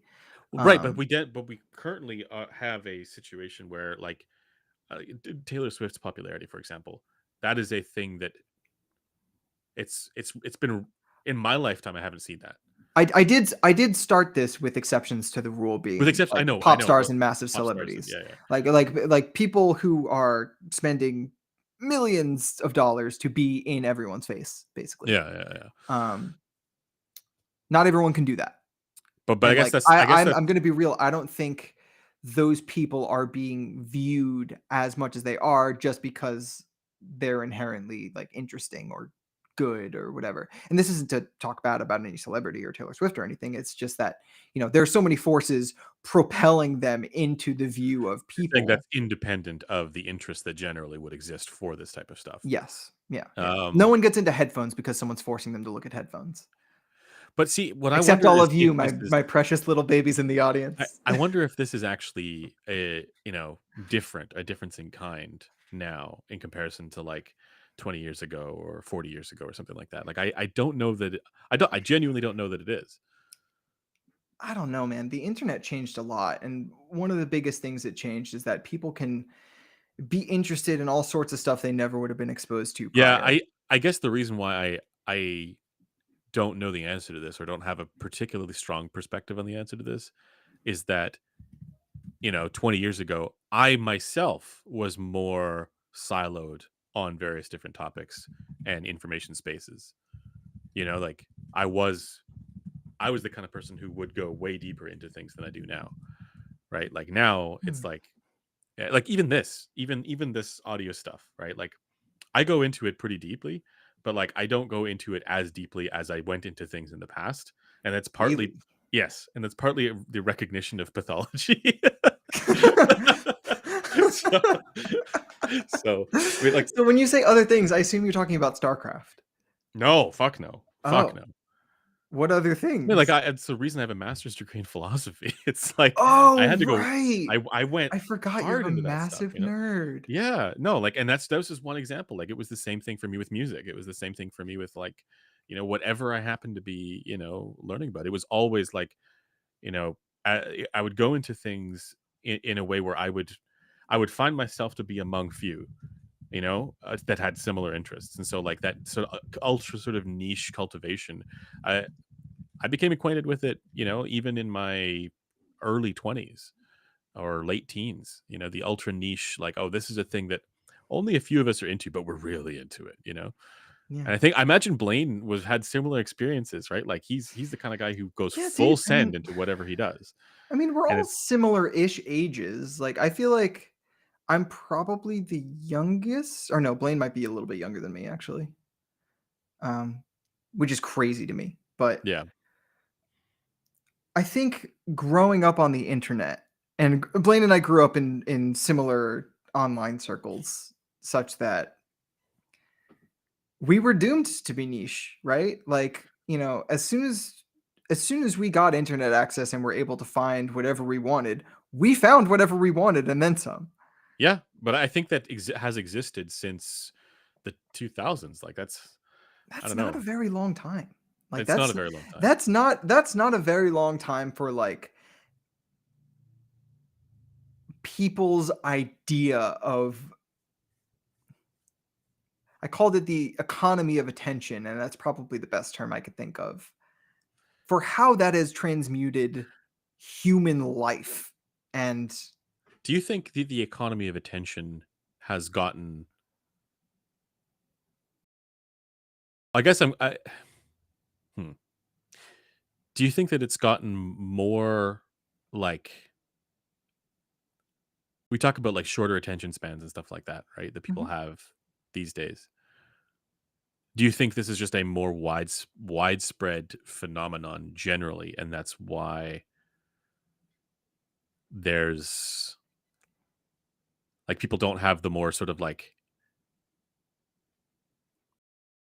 I guess I'm just not sure what the problem is that you're identifying. The problem I'm identifying is that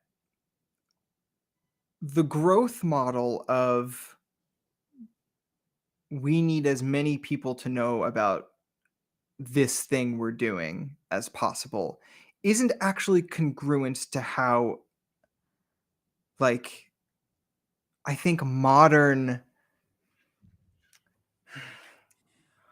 modern interests are actually represented in the eyes of people. Like, people are not typically um pluralists in a very shallow but wide pool. Like, people nowadays are typically, as far as I'm aware, and I might be biased in this because I know a lot of nerds. Even outside of like audio, like Yeah. most of the people I know are nerds. And most of them are not into a whole bunch of stuff like all of their friends. They're into their own thing, and they're very into their own thing. Um, But and I you're don't but know. basically you're attaching the the sort of like widespread propagation of interest in a given thing to a, a before time where that was more possible, right? Is that sort of what you're saying? Like the Yeah, where it was more prevalent, like where it I was more so natural that I kind of think this has much more to do with the specific wave of interest in a thing that people are focused on. Um, like there's right there over if you look at like the past 30 years, like I'm thinking of like my lifetime, right? Mhm. Um, there's I've observed various different trends and waves of interests come and go, and those things tend to create these fairly large swells of again, as you put it, economy of attention into a given thing. And I don't think that that's necessarily led by the sort of like celebrity up forces, right, or large sort of like external forces into those things. It's usually just like a confluence of factors that leads to a groundswell or an interest, and then there's a wave that propagates in. Like even in my 20s, right, that was like the Twitch was just a thing, right?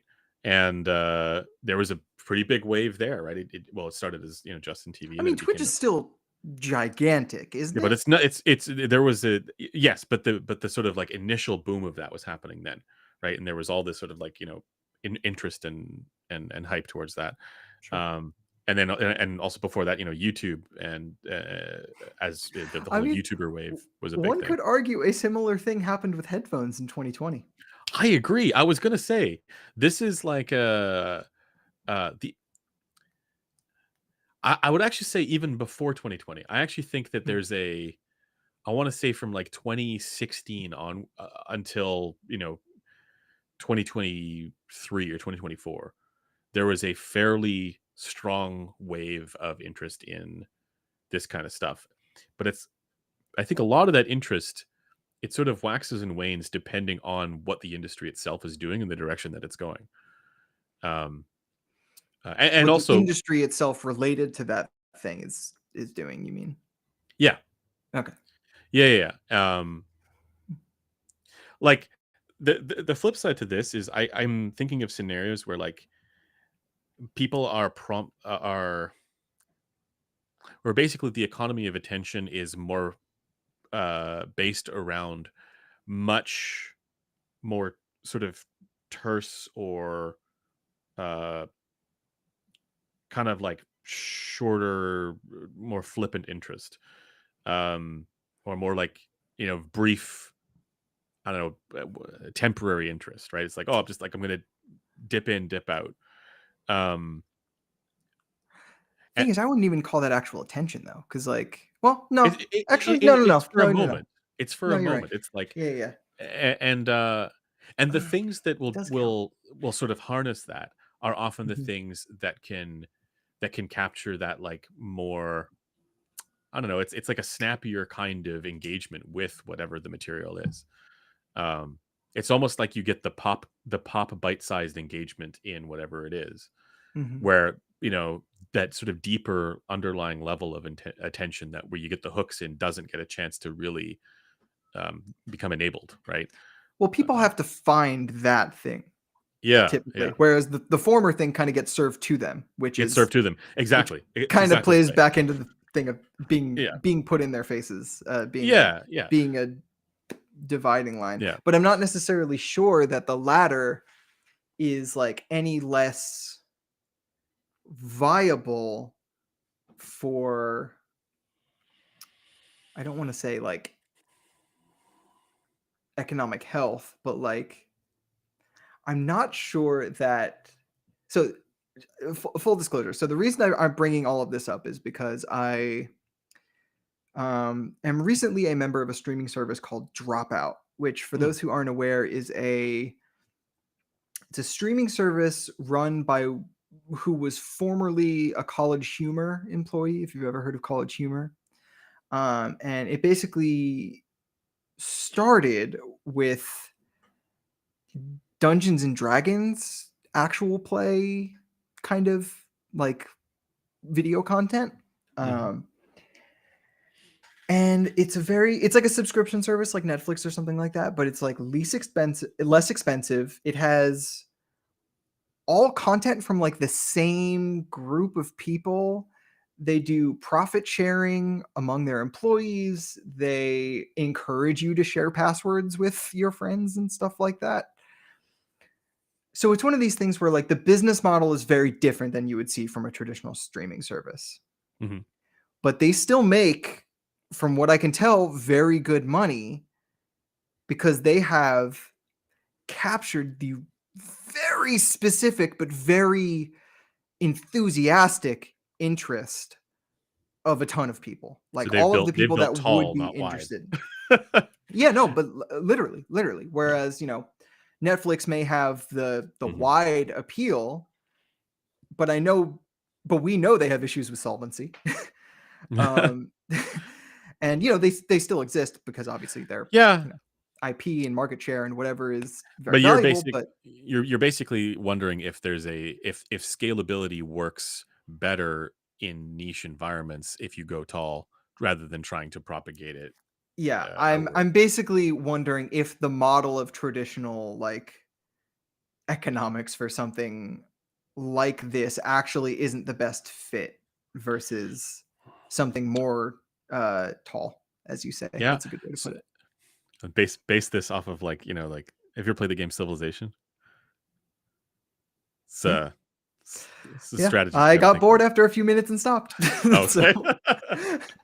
um but no, like, it's a worthwhile question, I think, for companies in this industry to ask themselves, yeah. right? Like, and as an example, like, I mean, the Matisse MG just came out, and this is the question that was kind of like in my head a little bit when it came to, like, is this the kind of product that has the kind of appeal that companies making, let's say, audiophile grade, wireless noise canceling headphones, like, is it actually as big a market as wide a market, I should say, as they realize? And I don't know that it is. So I think the Batiste OG was probably one of the first things in that kind of wireless ANC space where we did see audiophile kind of leak into consumer a bit in terms of like the people that were actually buying it. Like it wasn't just audiophiles I It mean, did have it had it was the tech bros original. who wanted something Yeah, nice. it had appeal in a broader space for sure. Yes. But this is what I'm saying is this one being priced at $1,300. Um, it's competing with other products that, for the most part, are really quite bad. Where they all are built around, again. I wrote this in my article. They're built around the promise of sound quality. They did not have to deliver on that. So the idea of something like this, I don't know. And I was having this debate with some other folks on our team as well. It's like I don't know if the market for these products is as wide as those companies actually believe them to be. Right. So You like know, with that, I don't get the sense that they're going wider. They're just they're just going they're up. going for a different niche. Like they're it doesn't seem like they're going for a traditional audiophile with this. It seems like Right. they're going for audio interested, has money to spend. On something like this. But here's the thing. They should. I mean, like, the irony about this kind of product is that it just absolutely obliterates all the other competition around that. It's $1,300 price tag, right? But they built it on the same platform as the product that's $700. Yeah. So people don't have that association with it whatsoever, right? So it's like it doesn't make sense to me what they're doing there. Um, Yeah. but But I I guess guess oh, the go ahead. point is more that, like, if you had to, if you are an audio company and you're like, I'm going to make an ANC product that also happens to sound good, who are you better, like, what is the more prudent segment to target? And I just don't know what the answer is to that. And I don't know that it's the, like, if you want the largest crowd to come in, you're going to have to make, there's this idea. It's like, okay, you're going to make a noise canceling headphone that ticks all those sufficient boxes for all these people. Sound So quality is like one of them, actually, but it's not really a major one. so I'm gonna be real. I think even trying to compete with like Apple or Bose or Sony in terms of features is a fool's errand. Like if you It's don't completely a have fool's errand, and they know this. That's why they right, oh, don't. they do. Yeah, no, but you would have to be a fool not Yeah, to, and I don't think they're fools. yeah. But this is kind of why I think ZMF and shit are so enduring and um as far as I They've can built tell, tall. profitable. Yeah. Like I think what shit's they built a do little is bit wider foster very because devoted, yeah, consistent fans that just keep up with every release. yep. And as far as business models in high-end audio or like audiophile segment, those are probably the most successful I've seen from their inception to now. Like I don't see shit or ZMF going away anytime soon. I have I only do seen think growth. I do think shit has gone a little bit more wide because they have appealed to the gamer crowd a lot. Um, Yeah. I actually was hoping Odyssey would do more with that. I mean, they've got they plenty on did. their plate just They did. making Maxwell's. Yeah. Um, but I was hoping that that was like the start of something, and I hope that's still the case. Yeah. Yeah, I just don't see many examples of going wide, starting from audio, Well, other than okay. like Odyssey getting acquired and maybe shit with their gamer stuff. Is Sennheiser's the weird one to me. Because, like, you have brands like Focal, which do, like, well, Focal's older strategy made a lot of sense, right? You release the ultra high end like Halo product, and then you release the actually attainable one, and it just seems like a totally reasonable thing to do. Like, the people who are going to be spending $4,000 or whatever on a headphone, like, that's crazy, right? Like, it's insane. Like, spending $4,000 on headphones is insane, but you can go a little bit more wide by making something that is a lot more attainable in the rest of the lineup. Um, Sennheiser is the one that I don't know what the strategy is. I find it hard to compare because Sennheiser has a way more diverse portfolio than most of these. Like Sennheiser, like Yeah. I mean, at least before the split, Yeah, yeah, was yeah. not just like a headphone company or a speaker like they made microphones, they made wireless Yeah. systems, they were one of the best in the world with one of the widest catalogs of devices in those segments Yeah. for all of this stuff, and they had a they had a market cap to go with that. But in terms of comparing them to all the other audiophile brands, I mean,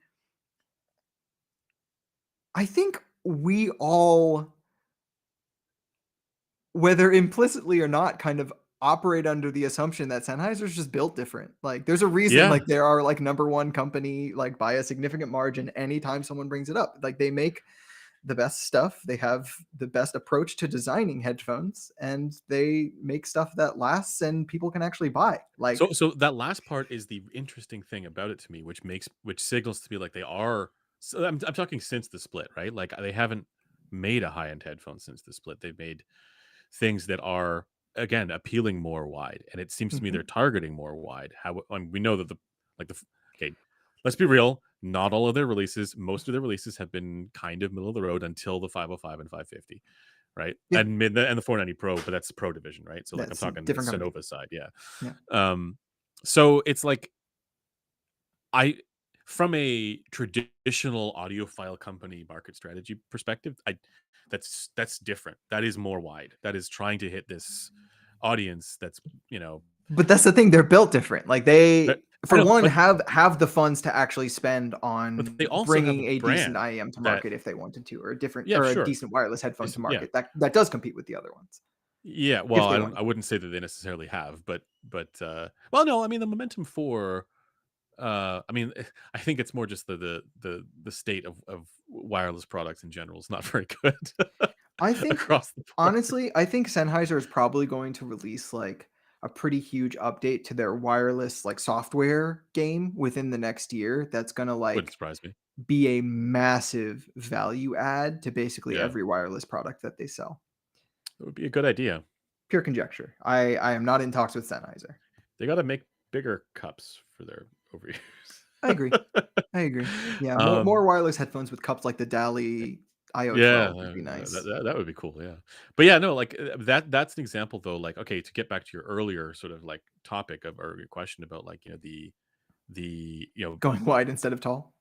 yeah, well, but also like in the modern landscape of like attention, Mm. right?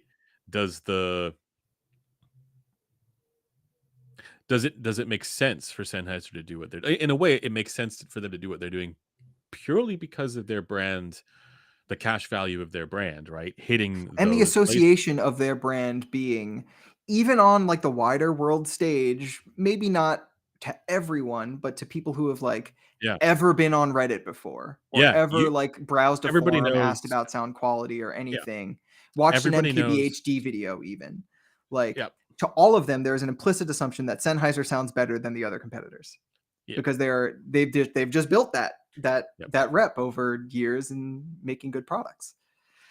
yep. So it makes sense I for think that's them to it. target. I think that's it. It's like if you have your calling card in that in the ubiquity of 6XX and whatever HD 800S, these sort of iconic products, you can afford to go wide, whereas a lot of these other companies can't because they don't have those. Yeah, they don't have any They association with their name. Like, and it if may make more sense to go tall given given the again the economy of attention that is going to exist within the niche. yeah, Yeah, like, I don't know that this necessarily solves that problem for them, but, like, because for a lot of them, they're not necessarily built up they don't want to do that because they see the opportunities in places where it is harder for them to reach. If they're yeah. gonna any company that's trying to scale like this needs to consider where the potential growth is gonna be, and if you're Well, always that's why only Odyssey is smart for going for gaming. yeah, they are. It's a much wider, shallower, It typically pool of interest where, like, people aren't looking to buy necessarily based on, um, I guess, the same quality or the same perception of value that an audiophile is shopping for, right? Like, yeah. they're looking for different things, and they're generally not spending as much time looking either. So you need to be able to capture them a little bit differently than you would an audiophile. And the Yep. Maxwell, I think, did that What's by funny is, like, I have a friend who is exactly the right kind of, like, audience for Odyssey. And then he was like, "Hey, headphone man, what headphone should I get?" And I was like, "Oh, you definitely want to get the Maxwell. It's exactly the right thing for you." And he bought it, and he said, "Yeah, the sound was okay, but it's really uncomfortable." Like, it was like, it's true. Okay, it's Could be uncomfortable, better. but what was funny to me is like he's like, "Yeah, the sound, like, it was okay. It wasn't amazing. It was fine, but it wasn't so If only good that you it made knew how me." much worse it could be, my sweet summer child, my Yeah. little dove. Yeah. Yeah. And I mean, look, I agree. I feel like the Maxwell's a little bit dark in like the mid treble and a little bit boomy in the bass, but like, It's who good. cares? It's good. Um, That's another good point, Oris. Sennheiser HD800 is still the de facto expensive headphone to a lot of people, as far as like non-wireless yeah. products. Yeah, I mean, the legacy of that one is just it's sufficient for them to sustain that kind of model. But I mean, like, I guess the bigger question to the point there is more like, it's less about like what companies are prone to doing in terms of trying to scale or advance whatever, get into whatever markets they're trying to get into, and more about like what's actually sustainable from the, like, interest and attention perspective, right? Because it's like, if a company can scale into the more consumer market like Odyssey did, right, let's just say, to a certain extent, then that's great. But also the crossover there is not like, you're not going to get, those are not the people who are, you know They're in it. not hanging around for all your Yeah, releases, that's for yeah, sure. Yeah. exactly, and that's fine. It's I think they've done an amazing thing there, and it's what I think most of these companies would love to do, right? But as far as the general interest past a certain threshold in this space, I do think that there is always going to be. I do think it's always going to be niche. Like, I don't think that Yeah, but I this. think there's value in that is maybe underrepresented, unless you look at You mean companies like by the Shit and industry? ZMF, like Yeah, where yeah, they understand seemingly that, the people in audiophile are not going anywhere. And yeah, as much as courting new customers would be great, once you're in that kind of wider pool, that kind of upper echelon past, the niche, you stop being in a realm where the buyers keep coming back hmm because this is their hobby. Like, this is more just, I bought a headphone yeah. and then I used it and then I bought another headphone when it broke. In a way, though, it's the unfortunate part about this is that it does make it more difficult to apply the traditional economies of scale for products that are genuinely great, right? Where it's like, if you like, it would be great if a product that cost $500, right, or even like $400, $500, something like that, was like the perfect product that you could, mass produce, and you could hit, I mean, $400 is still a lot of money, but you get what I mean in comparison to um, the existing industry where you have brands that regularly play exclusively in the $1,000 plus space. Yeah. So it's like, and why they're doing that. Why, they Well, have to because do it that. makes more sense for them to do Yeah, it. yes, Yeah. exactly. So it's like, I wish that it was, in a way, it's like, I wish that it wasn't so niche, so that we could get more examples of these products that are, truly great under the $500 $400 price mark. And that's not to say they don't exist. It's just that it's mostly Sennheiser. Well, again, Sennheiser is built different. Like, in Yeah, a literal sense, they are able to do that yeah, in a way that most of the companies just aren't. yeah, Like, honestly, the fact that we got the MM100, even though I don't like that headphone, the fact that we got that at yeah, $400 yeah, is not nothing. Like, yeah. it isn't a very good headphone. I don't like it, but it's also uncomfortable. But I was gonna say, the other brand that's doing that is Hi-Fi Man, right? they are And they're also a bit of a legacy brand because they've been doing it since the early long time, times. long time. And the other one is Fio. Another brand, access to economies of scale, doing it a long time. The FT1 and FT1 Pro were kind of what I think. Like, I remember I used to have a Fio E10K. Do you Oh, remember? me Do you too. remember? Yeah, yeah. Yeah, It yeah, was the one of little the first yeah, little yeah, yeah, rectangle. yeah. I used to have one of those, Yeah. and you know, it was an earlier time, that's for sure. But I think headphones were always gonna be in their future, but they've just steadily Yeah. built and grown, and Yeah. now they've gotten to the point where they can release a $150 closeback headphone that bodies everything. Yeah. Uh, and I want to be clear, I don't even like really like the FT1 that That much, much. Yeah. But like, but like it's yeah. it's Yeah. grim. It's grim out here, guys. Yeah. Um, somebody's saying Bayer is cheap. That's even if you're the No, kind of person who Bayer is likes very Bayer, that's another Bayer is on example. level with Sennheiser in Yeah, terms like of they're a like their wideness legacy. Yeah, yeah, and exactly, legacy exactly. and yeah, Yeah. and their access to economies of Well, scale also their and cheaper everything. stuff, as much as like their stuff is ripe for criticism for all kinds of valid reasons. Their cheaper stuff is often better than the ultra expensive stuff that they've put out. Is like, what is happening? You know? Yeah. Spicy take. The biodynamic DT series you typically find in studios, like the 770, 990, Sure. 1770, 1990, and the Pro series, like the 700, 900, are Mhm. not that bad. Like, they're They're terrible in the one region everybody knows they're terrible in. But the rest of it is not that bad, and there's But also some sense to the the build general. and the Yeah, comfort and the value proposition and the parts availability and yeah, I it's agree. it's a mass-produced headphone company that I feel like deserves to exist and has earned their following, Mhm. not by making reasonably tuned headphones in the treble, but I think by offering something that looks great, fits well on people's heads. Because like a lot of people's first experience with Bayer is like going into a music store and trying on the headphones and seeing which one they Yeah, like best. but And overwhelmingly, people say the DT770 is the most comfortable closed-back headphone, okay, like of that typical lineup. but would you recommend to somebody that they buy in 2025 a DT770 or a FIO FT1? FT1 has removable cables, right? Yes. FT1. Just for that reason Yeah, alone? no, I cannot tell you how many times when I worked at Guitar Center, we had like this warranty system, Yeah, and people would like the most common headphone that broke was DT770 and 990 at the cable connector on the ear yeah. cup. Yeah, I'm just trying to think what else people would get there. I mean, they're like, I I mean wouldn't they sell recommend K371 the K371. I would not recommend now because this because exists. FT1 exists. Yeah.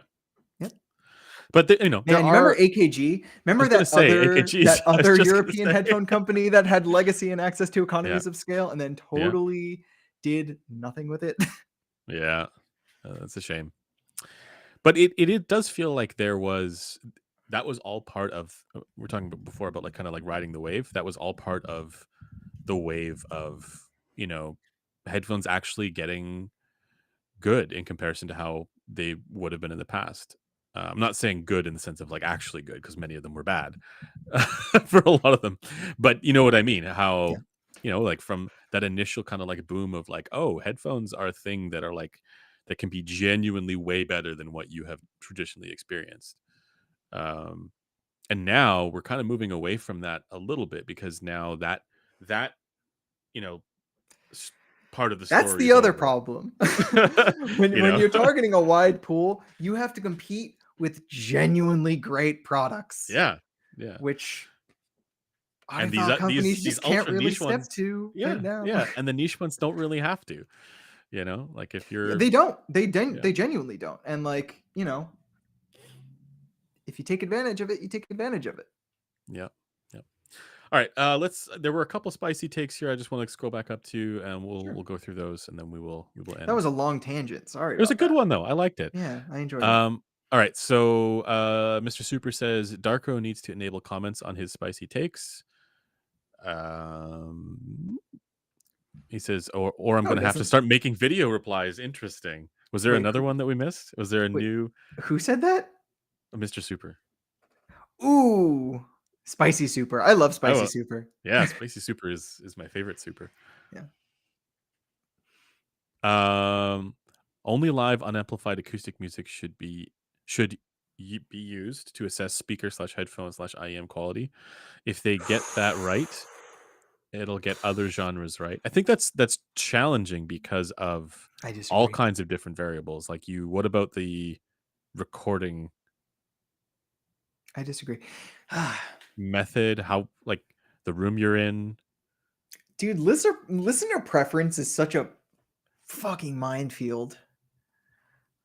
Well, I guess the okay, so like I disagree with this take entirely, but the last part of it is an interesting concept that like if you I'm trying to find it. nail, let's say, um if you nail whatever the closest approximation you might be able to get to an acoustic event, let's again steelman this, like a vocalist singing, right? If you nail that, does that entail you're going to get things right for other genres or other styles? And No, I don't know that. Yeah. no, it doesn't. Yeah. Program materials, very important. And I think actually one of the shortfalls of the current crop of preference research is that it hasn't been diverse enough. Mhm, Um, it arguably hasn't been controlled well enough for its RMS content either. mhm. Um, yeah, I don't know. I've just been kind of dealing with this after I did that video where I tried those 3 headphones on that one song and found that the MDR MV1 was the one I preferred the most out of all of them. I feel like we don't give enough credit to the fact that listener preference is not always going to be preference for a frequency response, but it's going to be preference for an experience, right? 100%. And when you use very, for lack of a better term, realistically recorded music or realistic I see sounding what you're program saying. Yeah, material, you're indexing the more bar for for. preference is Yeah, going to just go all over the place yeah. because it's just going to sound pretty good regardless. um, Yeah, I know what you mean. like people, like I don't know, I would listen to like a nice orchestral recording with like, a nice sounding room and a good just a good capture of a good presentation of people playing their instruments well. I would That listen to can that on anything. there's so and this is there that one recording that I like, the Adam Baldich one. I don't use that as a test. The legend Adam Baldich, sort of string quartet type thing. Yes, I don't Resolve use has been that. simping a string album It's lately. so good. I It is I very love good. it. It's really well recorded. I don't use it for It's test it's not a tracks because realistic test it's test signal at cheating. It all. makes all head Yeah. sound way better than they are. Yeah. Yeah. um, all right. We compensate for lack of lower mids and bass by increasing the volume. So in order to listen to lower volumes, we need more mud. So my impression is actually the opposite. Kind of. So it's not that we need more mud at low volumes, but we need more mud at high volumes. We need more mud at high volume. We Because like want when more if mud you at high if you volume? turn up too loud, it gets harsh, and then if you do you You, know what I mean? you mean the Odyssey effect, right? You can turn it Yeah, up yeah, way yeah, loud. yeah. That's a good Yeah, example. Sure, yeah. sure, sure. And I feel like at lower volumes, the lower mids are harder to hear than the upper mids. So yeah, the first part of Hmm. this I don't agree with. We compensate for lack of lower mids and bass by increasing the volume. I don't know that I've done that. Now he's actually getting me thinking though. You, okay, because like, hold on. We compensate for lack of lower mids and bass by increasing the volume. When I increase the volume, though, the absence of bass and lower mids, like, It's not just the absence of bass and lower mids. Honestly, so for lack of a better term, I would say it's the lack of ready detail. But well, that can no, I don't know. I exist don't know. throughout. I Like if I I feel don't. like something isn't audible, like I can't hear uh the kick drum well enough or something like that. Like it's I less suppose it about depends. I regions think and it more about depends on the. instruments typically. Well, I don't know. I think it depends on what you're listening to and also the rest of the response because I can think of a scenario where you just wouldn't want to turn it up at all because it's harsh and fatiguing, but I can also think of a scenario where turning it up, doing exactly what this person is saying, would have the positive effect of compensating for lack of, like if it rolled off in the bass or something like that or didn't have low mids. So I can see both scenarios. It just depends on what's going on with the rest of the response. If you have a headphone that's super bright in the treble, you're less likely to want to turn it up because it's already got a lot of that. Yeah. So that's the thing, though. It's like thinking about the higher end of your volume distribution and the lower end, they are actually different things. Mhm. Like, I think it's rather uncontroversial that at the top of your volume range, you're going to want less upper mids and treble to minimize harshness so you can listen louder. At the lower end, like in my experience, signatures that have more upper mids in particular have been the ones that sound more complete. Like Crin's old IEM target.